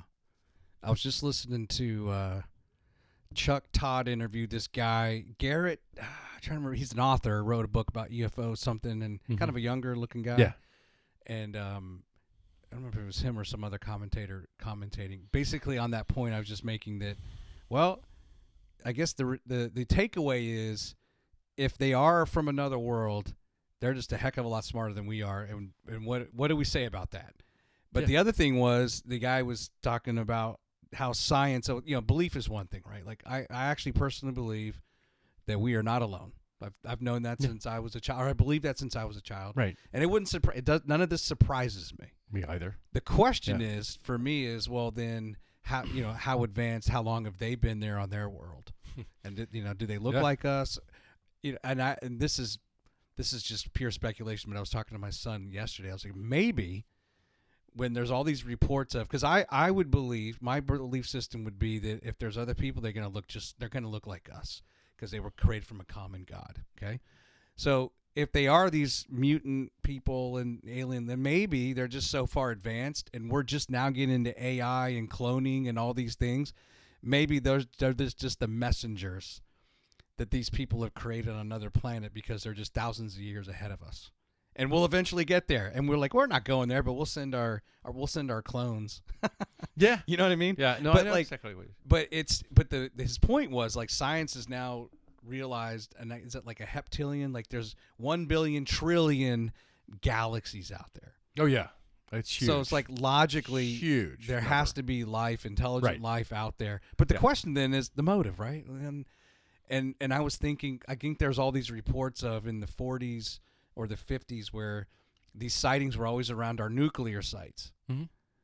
And, you know, like, okay, just total speculation. Well, maybe it's in our nuclear, the secret's in the nuclear energy, but we can't do anything about it because we're so at odds with one another in this world, where we're using that to destroy one another versus try to actually have if we lived in a peaceful society globe, maybe would figure out that they're giving us a hint.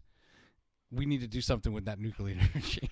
Yeah, and I tend to go along with that. I mean, you know what I mean? Yeah, well, no, I know exactly what you mean. Let's take a hint from the things that purportedly they're interested in. So if you take a look at it, you know, in the sense that the 3/4 of this planet is covered with water. Right. We should be calling the planet water, the planet Earth. Right. You know, it's the planet water. That's right.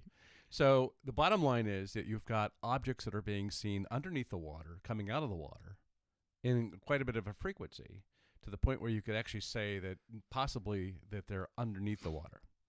Well, what did we do in the 40s and the 50s? We decided to go up and blow up atomic bombs and atolls and various other things, right? Mm-hmm. That might be a little bit uncomfortable for the people who are the bottom dwellers, you know, that, if you would, that are coming up and saying, well, what are you doing, you idiots? Right.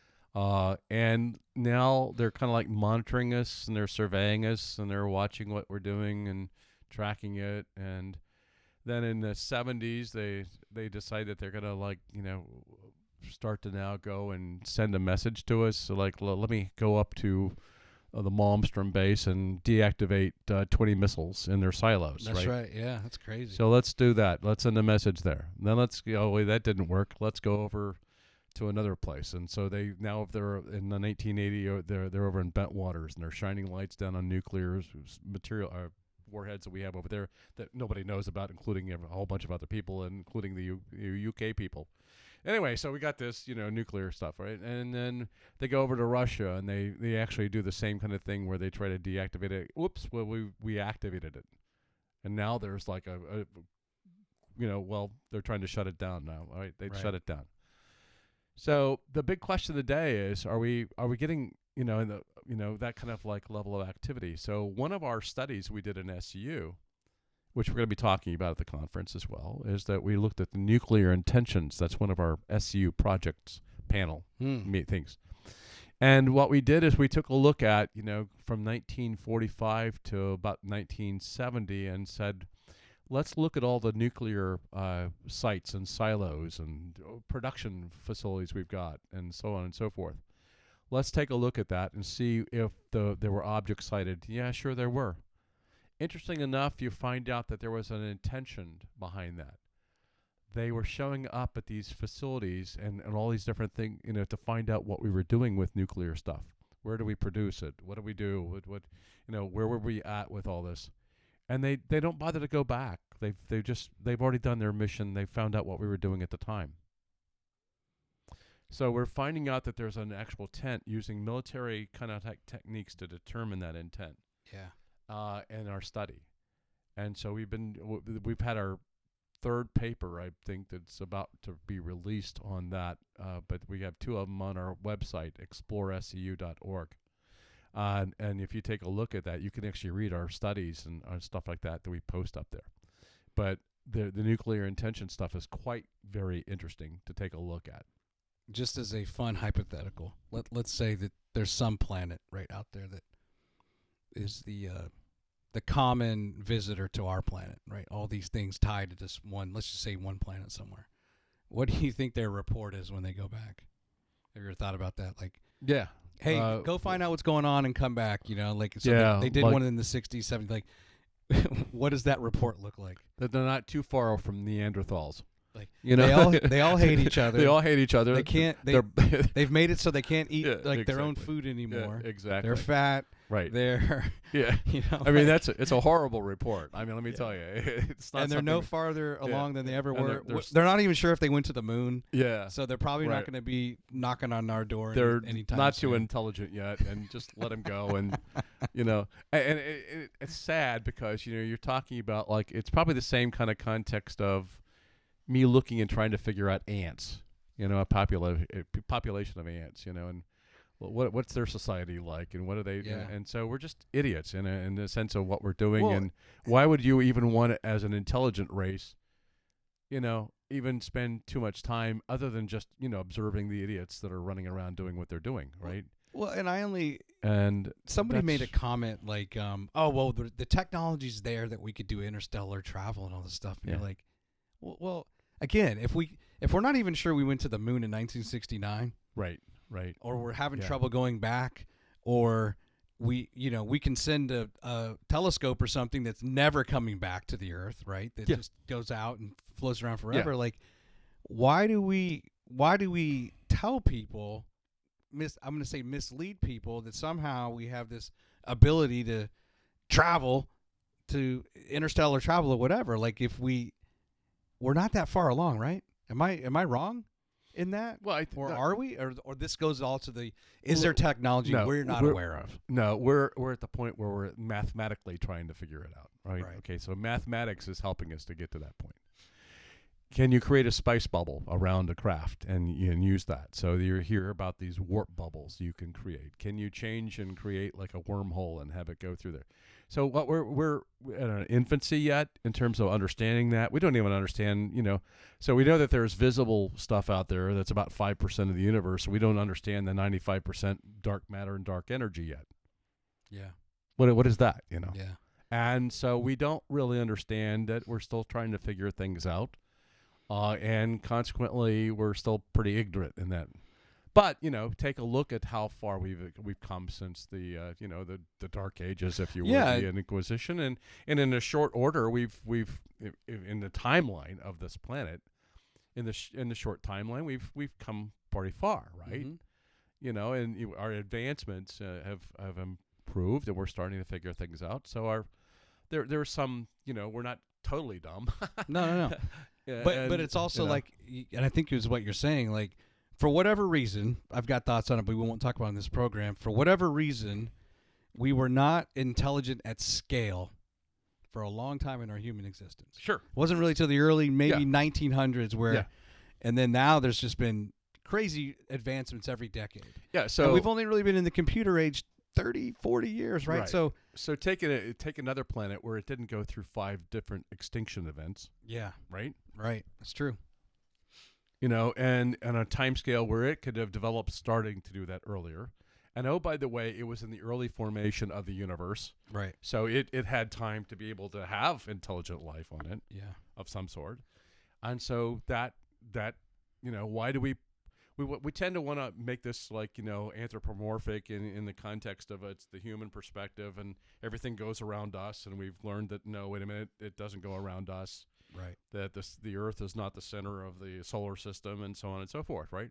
So we're starting to have these gradual awarenesses. We had to go through a Spanish Inquisition, the Bible, the whole 9 yards, right? Yeah. And so other planets might have not gone through that kind of thing. And so consequently, they're way more advanced. They've been around a lot longer. And now they would be doing exactly what we would be doing in terms of let's see where else we could go and let's find out what's out there and exploring, and they've been doing it for quite some time, and they pop up on this planet, and it's got some sort of like life form, and we would do the same thing. We're trying to do the same thing. Exactly. Right? I mean, and we send these robots to other planets. They don't have to be humans, right? And you have them do, checking around and looking at things and collecting information, and so what's wrong with doing that here? Let's go back to your So the database panel introduction to the SCU database project. Yep, we've got a database project we're trying to develop. And again, I mentioned AI and all that. We'd like to be able to apply that to it. So. Okay. Detectable signatures. Now that's the MASINT stuff that we talked about. Yeah. In the sense that we want to, and this is that dissertation by Dr. Joshua Pearson, and so he's going to be talking about his dissertation. So that's how he got his PhD. That's right. Okay. That's right. The latest scientific news from University of Albany. That's at SUNY, right? SUNY Yep. College. Yep. And UAPX. Then we go to This is the Last Day. An update on a century of astronomical observations from Vasco. That's a Vasco. This is from Sweden. They've got a project up there where they've been looking at these what they call transients they're showing up. And then they look at the star field from earlier pictures, and when they see that there's suddenly like these objects that are appearing out in space, that when you look at a later photograph, they're not there, or they've moved in a different direction, and they're not planets. So we don't know what they are, and so Dr. Villarreal is going to be talking about that, Beatrice. Okay. So she's talking about that and giving her updates on that. Now, here's what's cool. I went ahead and looked at, like, Nick Snell. He's like a college student, right, at University of Utah? Yes. And Yep. that reminded me of you in a way. Just this young guy. Yeah. Just because someone's young, you don't need to exclude them from their thoughts and stuff. Yep. So I thought that was kind of an homage in a way, or a tip to the cap to you.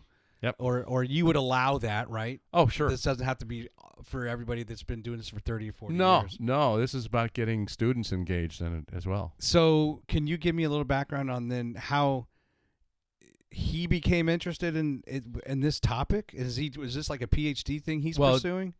Doug Buettner is also a professor. Okay. And that's one of his students. At University of Utah? Yeah. Okay. So he's got him engaged in this topic, and he's going to help him do the presentation. But bottom line was that they've done some modeling and things like that they'll be able to show these models of what they're doing in terms of looking at that. There was actually a case that was up in I believe it turned out to be Elon Musk's Starlink stuff. But bottom line, that there was a Richard Griffiths that was doing a work with looking at an instance where they thought it was UFO, and it turned out to be the Starlink stuff. Yeah. But the bottom line is you're trying to be able to find out where do we go with this whole airline safety kind of concern, and then at the same time, how do you discern what you can from the variety of reports that they have natural explanations. Gotcha. And that's where we need to go. So then you got our project panel, if you would, that's going to be talking about, the kinematics and the shape changes that have gone on over the period of history with the objects. Okay. We're talking about that in terms of EM effects that might be found, sound characteristic study, the sound. A lot of times they're described as being silent, when they're moving, but yet we also know that they do make sounds, and the question is, are they also making sounds beyond the human hearing ranges? Right. Or below that range? Related to that, in that interview, I don't know, there was an interview, someone asked you, and they said, hey, what are the three things that you'd like to see advancements in? And one was sounds, this next was signatures, and the next was defining evidence. Yeah. Kind of those three things. That's right. Yeah. What constitutes evidence? What would it take to convince you that there's something from outer space that's here? Yeah. What would that be? Is it a piece of metal? If that metal has elements, which, by the way, the elements are usually found throughout the entire universe. So, okay, that's not going to do it. Let's see. Is it the isotopic ratios that you might find in it? Would that do enough to be able to convince you that this is something like that? Mm-hmm. You get what I'm saying? Or is it does the material float in the air when you do something with it? Well, that's a pretty unusual characteristic. Maybe that would help make it convince you. Yeah. So we struggle with the concept of what do you find as evidence that's going to convince anybody that this is something from elsewhere. Right. Get what I'm saying? You mentioned his name, and I'm going to mention it, and I'm not trying to be funny, but like Elon. Yeah. Do you think that there would be significant advancements if he got behind this, whether it's investment or interest? Because, look, I've supported the government my whole career. Yeah. there's a lot of government waste. Just Yes. because the government is involved doesn't mean that there's always truly the best and the brightest. That's right. I'm not trying to speak ill of NASA. Yeah. We would probably, it's any organization that gets too big, it's bureaucratic. Yes. It's stifling. Yes. Things could get done sooner for cheaper if it was leaner. Yeah. Elon kind of brings that, right? And is probably even showing them like, hey, you have some smart people. I'm going to get a different group of smart people, not be tied down by bureaucracy, and look what they've accomplished. Yeah, exactly. Just on SpaceX, right? Yes. Is that anything where you're trying to get his attention, or is he interested in this kind of thing at all? Does that excite you to ultimately maybe get Elon? He's not interested. He's not interested. Yeah. Why? I don't know what his motivations for that are, but I mean, he's not looked at it very seriously, and just maybe doesn't want to focus there or something. I don't know. There are people have their own beliefs in this whole thing. I mean, and yeah, true. And so you might have somebody that's maybe if it's a danger to him, well, yeah, or anybody, he yeah, might get exactly. involved, Maybe right? if his satellite was, or his whatever was impacted by an object or something like that, he would change his mind. There was actually an incident where I guess people were seeing some sort of like thing around one of his launches, and they had a video clip of it, and that might have been enough, but it wasn't enough. So I guess what I'm trying to say is, you have these interests, and he's very like an entrepreneur that I'm not going to waste my time with the UFO thing, right? And so he just doesn't want to go there. And so then you have Robert Bigelow, for example, another individual who has been working with NASA and stuff like that and doing something, an entrepreneur, that he was the one that originally owned the Skinwalker Ranch out in Utah for a period of time. At the time when OSAP was going on, he had a BASS, which was Bigelow Aerospace or whatever like that was doing some work with. That's right. He was also working with MUFON, trying to get MUFON to get help him out with it. So there's an entrepreneur that has an open mind. It was looking into the UFO and believes in them, and he was willing to put my time, money, and everything else toward that, right? So you have that kind of thing going on here, where certain people, for whatever reasons, will get engaged, and there are some people who will donate even to SCU or other organizations if they see that there's some merit behind whatever the project is you're going to be doing. Yeah. And so we're hopeful we can have some of those things. I mean, I guess it's just one of those things where, unfortunately, most things are looked at from a business perspective of like return on investment. It is. Yeah, it is. Unless And we someone like understand Elon is it's just extremely passionate and interested in it, it's like, well, what's the return on investment of his time or whatever, right? Yes. To make it something worthwhile. Yeah. Yeah. And I guess that's the reality. So what let's see, let me make sure. The theme this year is Bridging the Gap, bringing science, government, and academia together to better understand UAP, right? That's your correct. theme. Yeah. Is it growing? You're getting your enrollment's growing every year with this? Are you getting more interest? It's interesting that you mentioned that, because I was hoping that would be the case, and it hasn't been. I think largely it's because science. There's a certain element of the population that's not interested in science too much, I guess, and they may look at us being like too scientific for them, and we're not out with the people who are talking about, well, there's blue aliens and various other things out there. The UFO community is so split and fragmented, like almost like little religions, if you would, that where these people get these beliefs and stuff like that, and they go off. We're not that way. We're scientific. And so consequently, it's like, maybe like talking mass int and stuff like that only appeals to a certain number of people, right? Right. So consequently, we don't get that big of a population. We've typically about 250 people every year.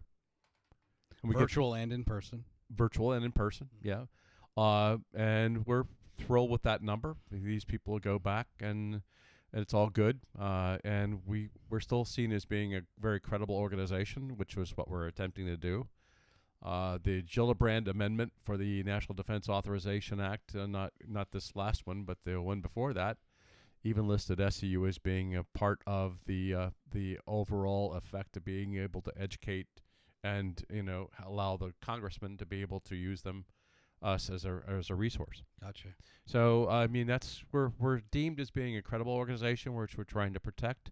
We're very careful about using scientific methodologies and our research and trying to do the right thing in terms of publishing papers that are peer-reviewed and various other things, and bringing on a lot of great minds to be able to help us out. Yeah. And it's working out beautifully. You mentioned I pulled this from, I believe it was from the moderator, one of the bios of what was published. And it was interesting. There was a comment about making sure you all didn't have UFO community distractions. Does that make sense? Yeah. Can you, so that almost kind of what goes on what you were kind of just saying, where there's these different pockets, different religions, if you will, within it, and not get distracted by the quote unquote UFO community. What does that mean? Well, if, going back to what's the stigma about, why is there a stigma? Because there's other people that are out there that have all kinds of beliefs that go off into different directions, go into conspiracy theories. Yeah. Okay. Right. We in other words, we've already got the backside of the moon populated by blue aliens and and everything else, and we've landed things on the back of the moon, and and we're doing that type of thing with it. There's also the people that are out there, believing that they're the space brothers and they're coming down to save us and all that wonderful stuff. Yeah, I got you. There's also the other kind of like strange kinds of other beliefs. Some of these things are very religious. There's some that get off and believe that they're here they're Satan or something like that. You have some of the it's all over the board. Sure.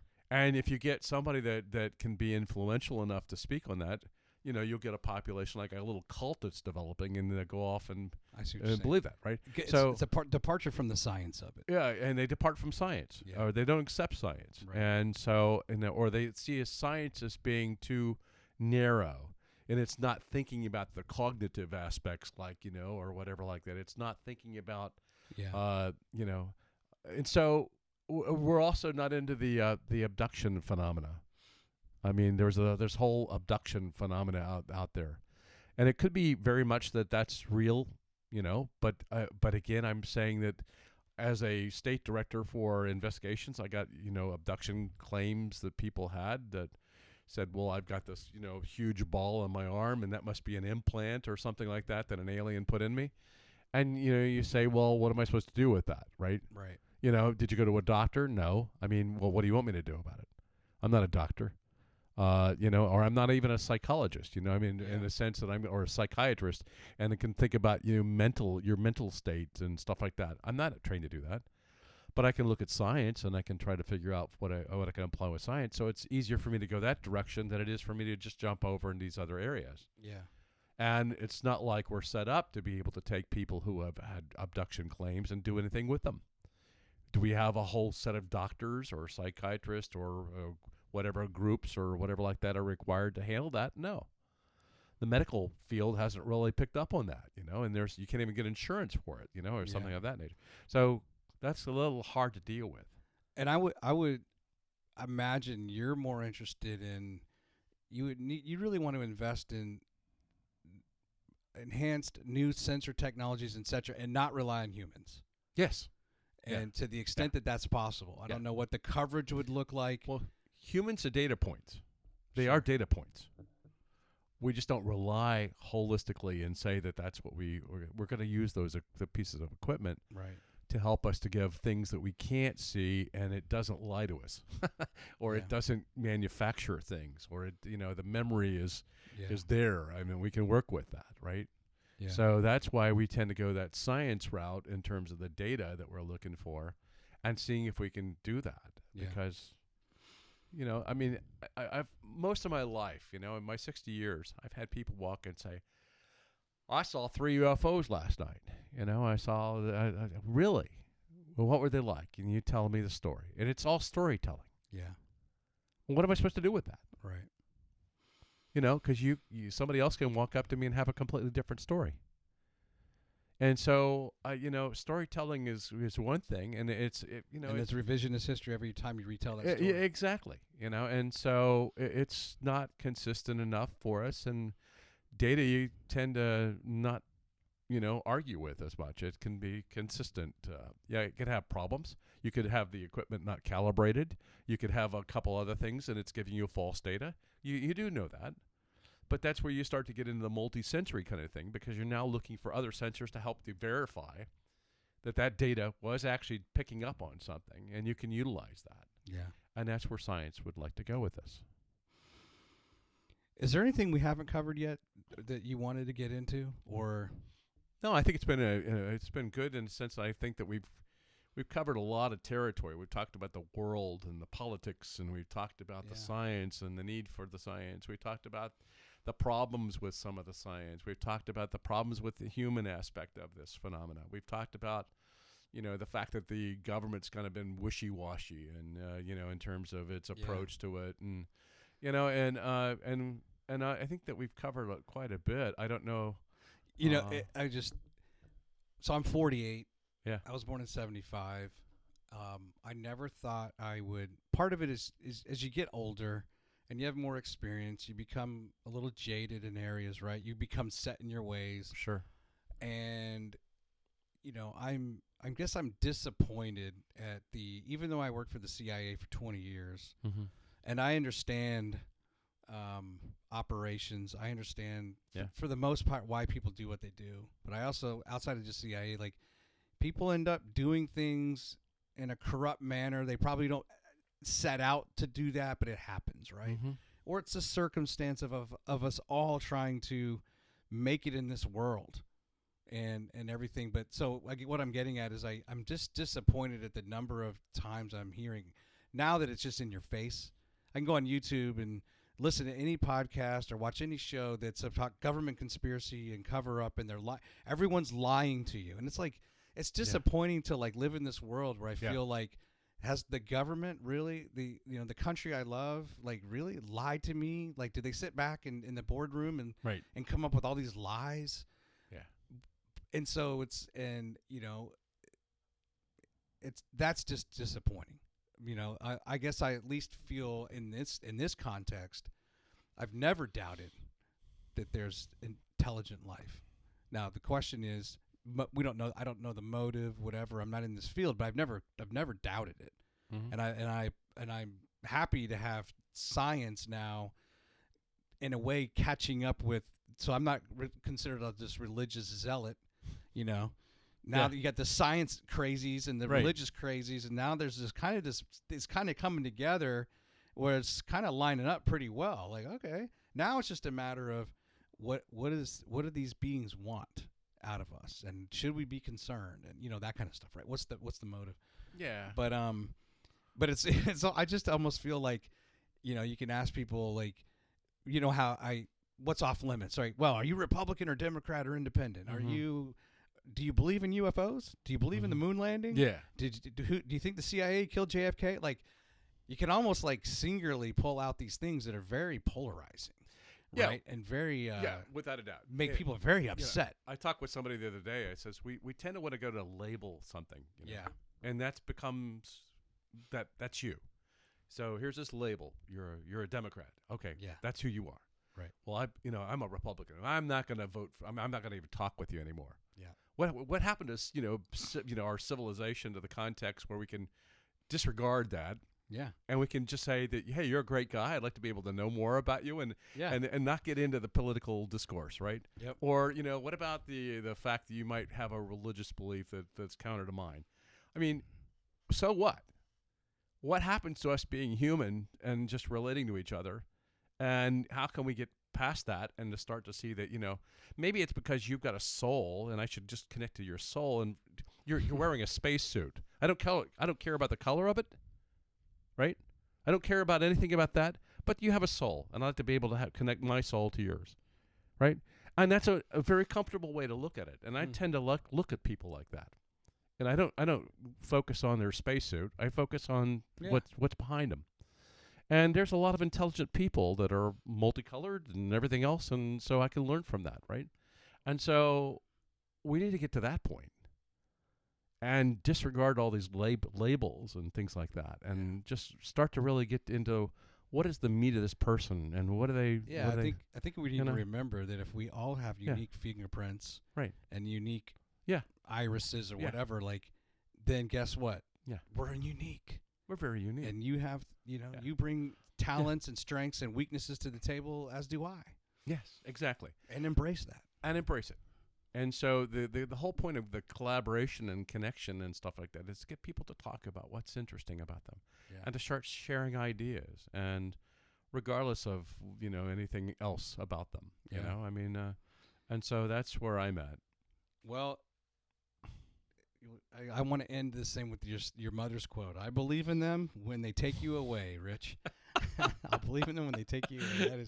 That is so good. I know, and it's I still bring that up all the time because it just speaks about, here you have this son.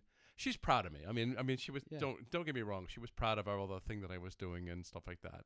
And I think that truly behind her, she was really, believing that there might be something to it. And of stuff course. like that. But she always had that statement, and it brought a smile on my face because I'm thinking like, well, I guess they don't really want me or something like that. I would be out looking for them all hours of the evening or talking about them. And when did your father pass?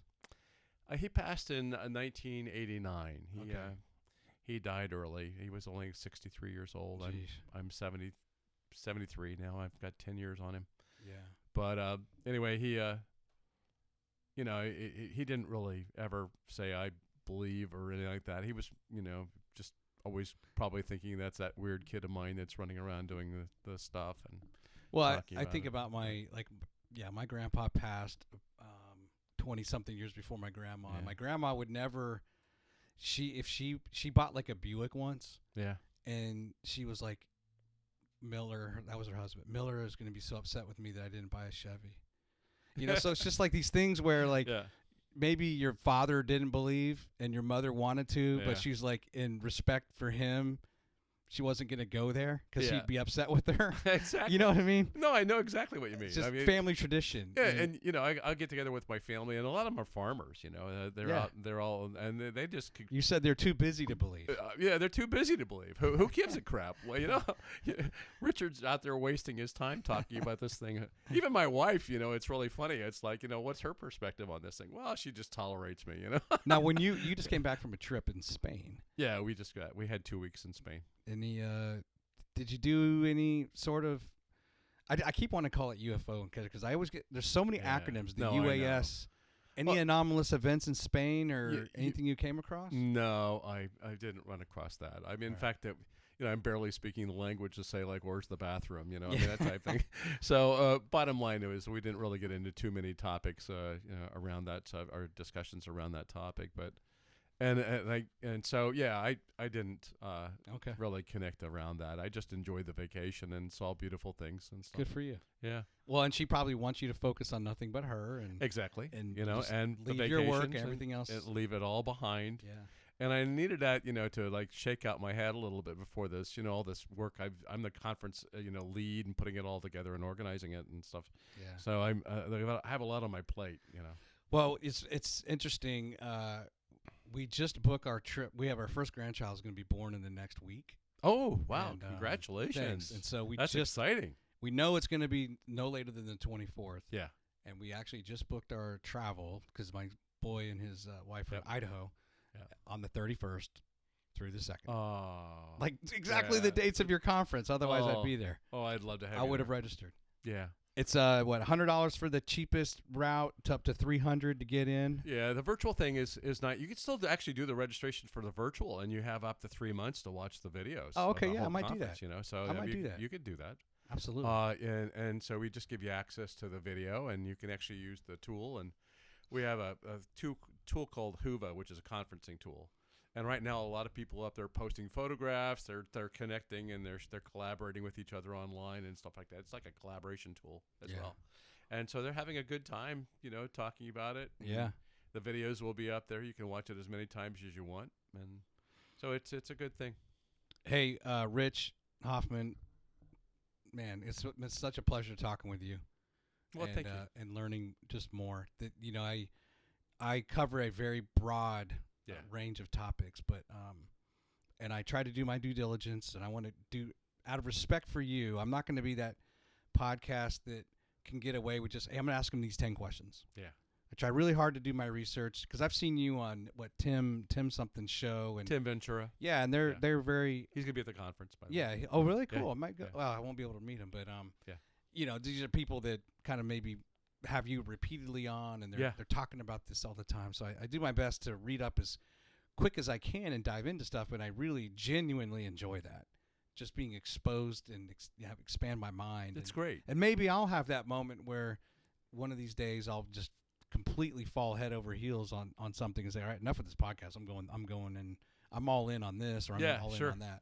But in the meantime, it's just great to know that someone like you is in Huntsville, in the greater Huntsville area in North Alabama, and I haven't really doing what you can. I haven't really been, pushed out very much in terms of the population of Huntsville since I've been here. I've been here now for I think it's 14 years. 14 or 15 years. Actually, it's 15 years. And yeah, I mean, I did have monthly meetings that I would hold, and I'd have maybe 40 people that would attend the meetings, but the general news media, nobody comes to me when they talk about the subject. I'm not the guy that they come to like they were in Dayton. They will when there's a sighting here in Alabama. And they'll be all over you. So consequently, it's one of those things where it's like, I guess I'm one of the hometown secrets, But I'm out there, and I'm having these conferences, and I'm bringing them to Huntsville, and this is going to be our third one that we're bringing to Huntsville. It sounds like you understand patience. You've had a career of patience with this. Yes. It's only within the last couple of years that, with the government's interest, right, and actually creating an agency, they're really good at creating agencies and stuff. Let's hope this is productive. But now it's going to get some attention. Yes, more than it ever did, right? So, yeah, these are, if you think about my history, where we went through the Blue Book period, then it was shut down, and then it was the Dark Ages, as I mentioned, and it's starting to populate back up again, and I'm watching the changes now, and I'm watching with more. We have more technology at our disposal now than we had back in my early days, and literally, I can take my cell phone and I can conduct a complete investigation with you on your case. I could be saying here, FaceTime, show me the object up in the air. That's right. Where are you located? Let me use Google Earth. I can figure out where you're exactly at. Oh, what about that tree that's out in your backyard? Are you standing near that? I'm able to take it and look at it on my air traffic thing and say, do you see those 3 planes above you? Is it one of those? Do you see the 3 planes, oh, by the way, are you looking at the planet, Virgo or a star Virgo or something like that? Are you looking at Jupiter and it's you turn to your right, and you get what I'm saying, yeah, right? You disposition that. I've now got the technology tools that I didn't have back when I was doing that early investigations. And, even if you look at the Blue Book cases, a lot of them are just testimony because they didn't have those tools, right? Yeah. And so we've made these quantum leap improvements to the point where you're now getting the better data. This is the time when science can do something with it. We now have openness and science once again engaged in it. And so let's go gangbusters on it and learn what we can, right? Yeah. And so that's where I'm at. And it's an exciting time for me. It is. In my 60 years. Wake up excited every day? Yeah, I sure do. Excellent. Well, all the best. I look forward to. I will register, and I look forward to watching the videos. Great. So, and I hope to hear your feedback on it, and I'll try. You'll let me know how you enjoyed it, and we'll have these conversations maybe again. I would love to have you back on. I'd love to be back on. All right, thanks, Rich. Have a good one. Thank you, Troy. Bye-bye.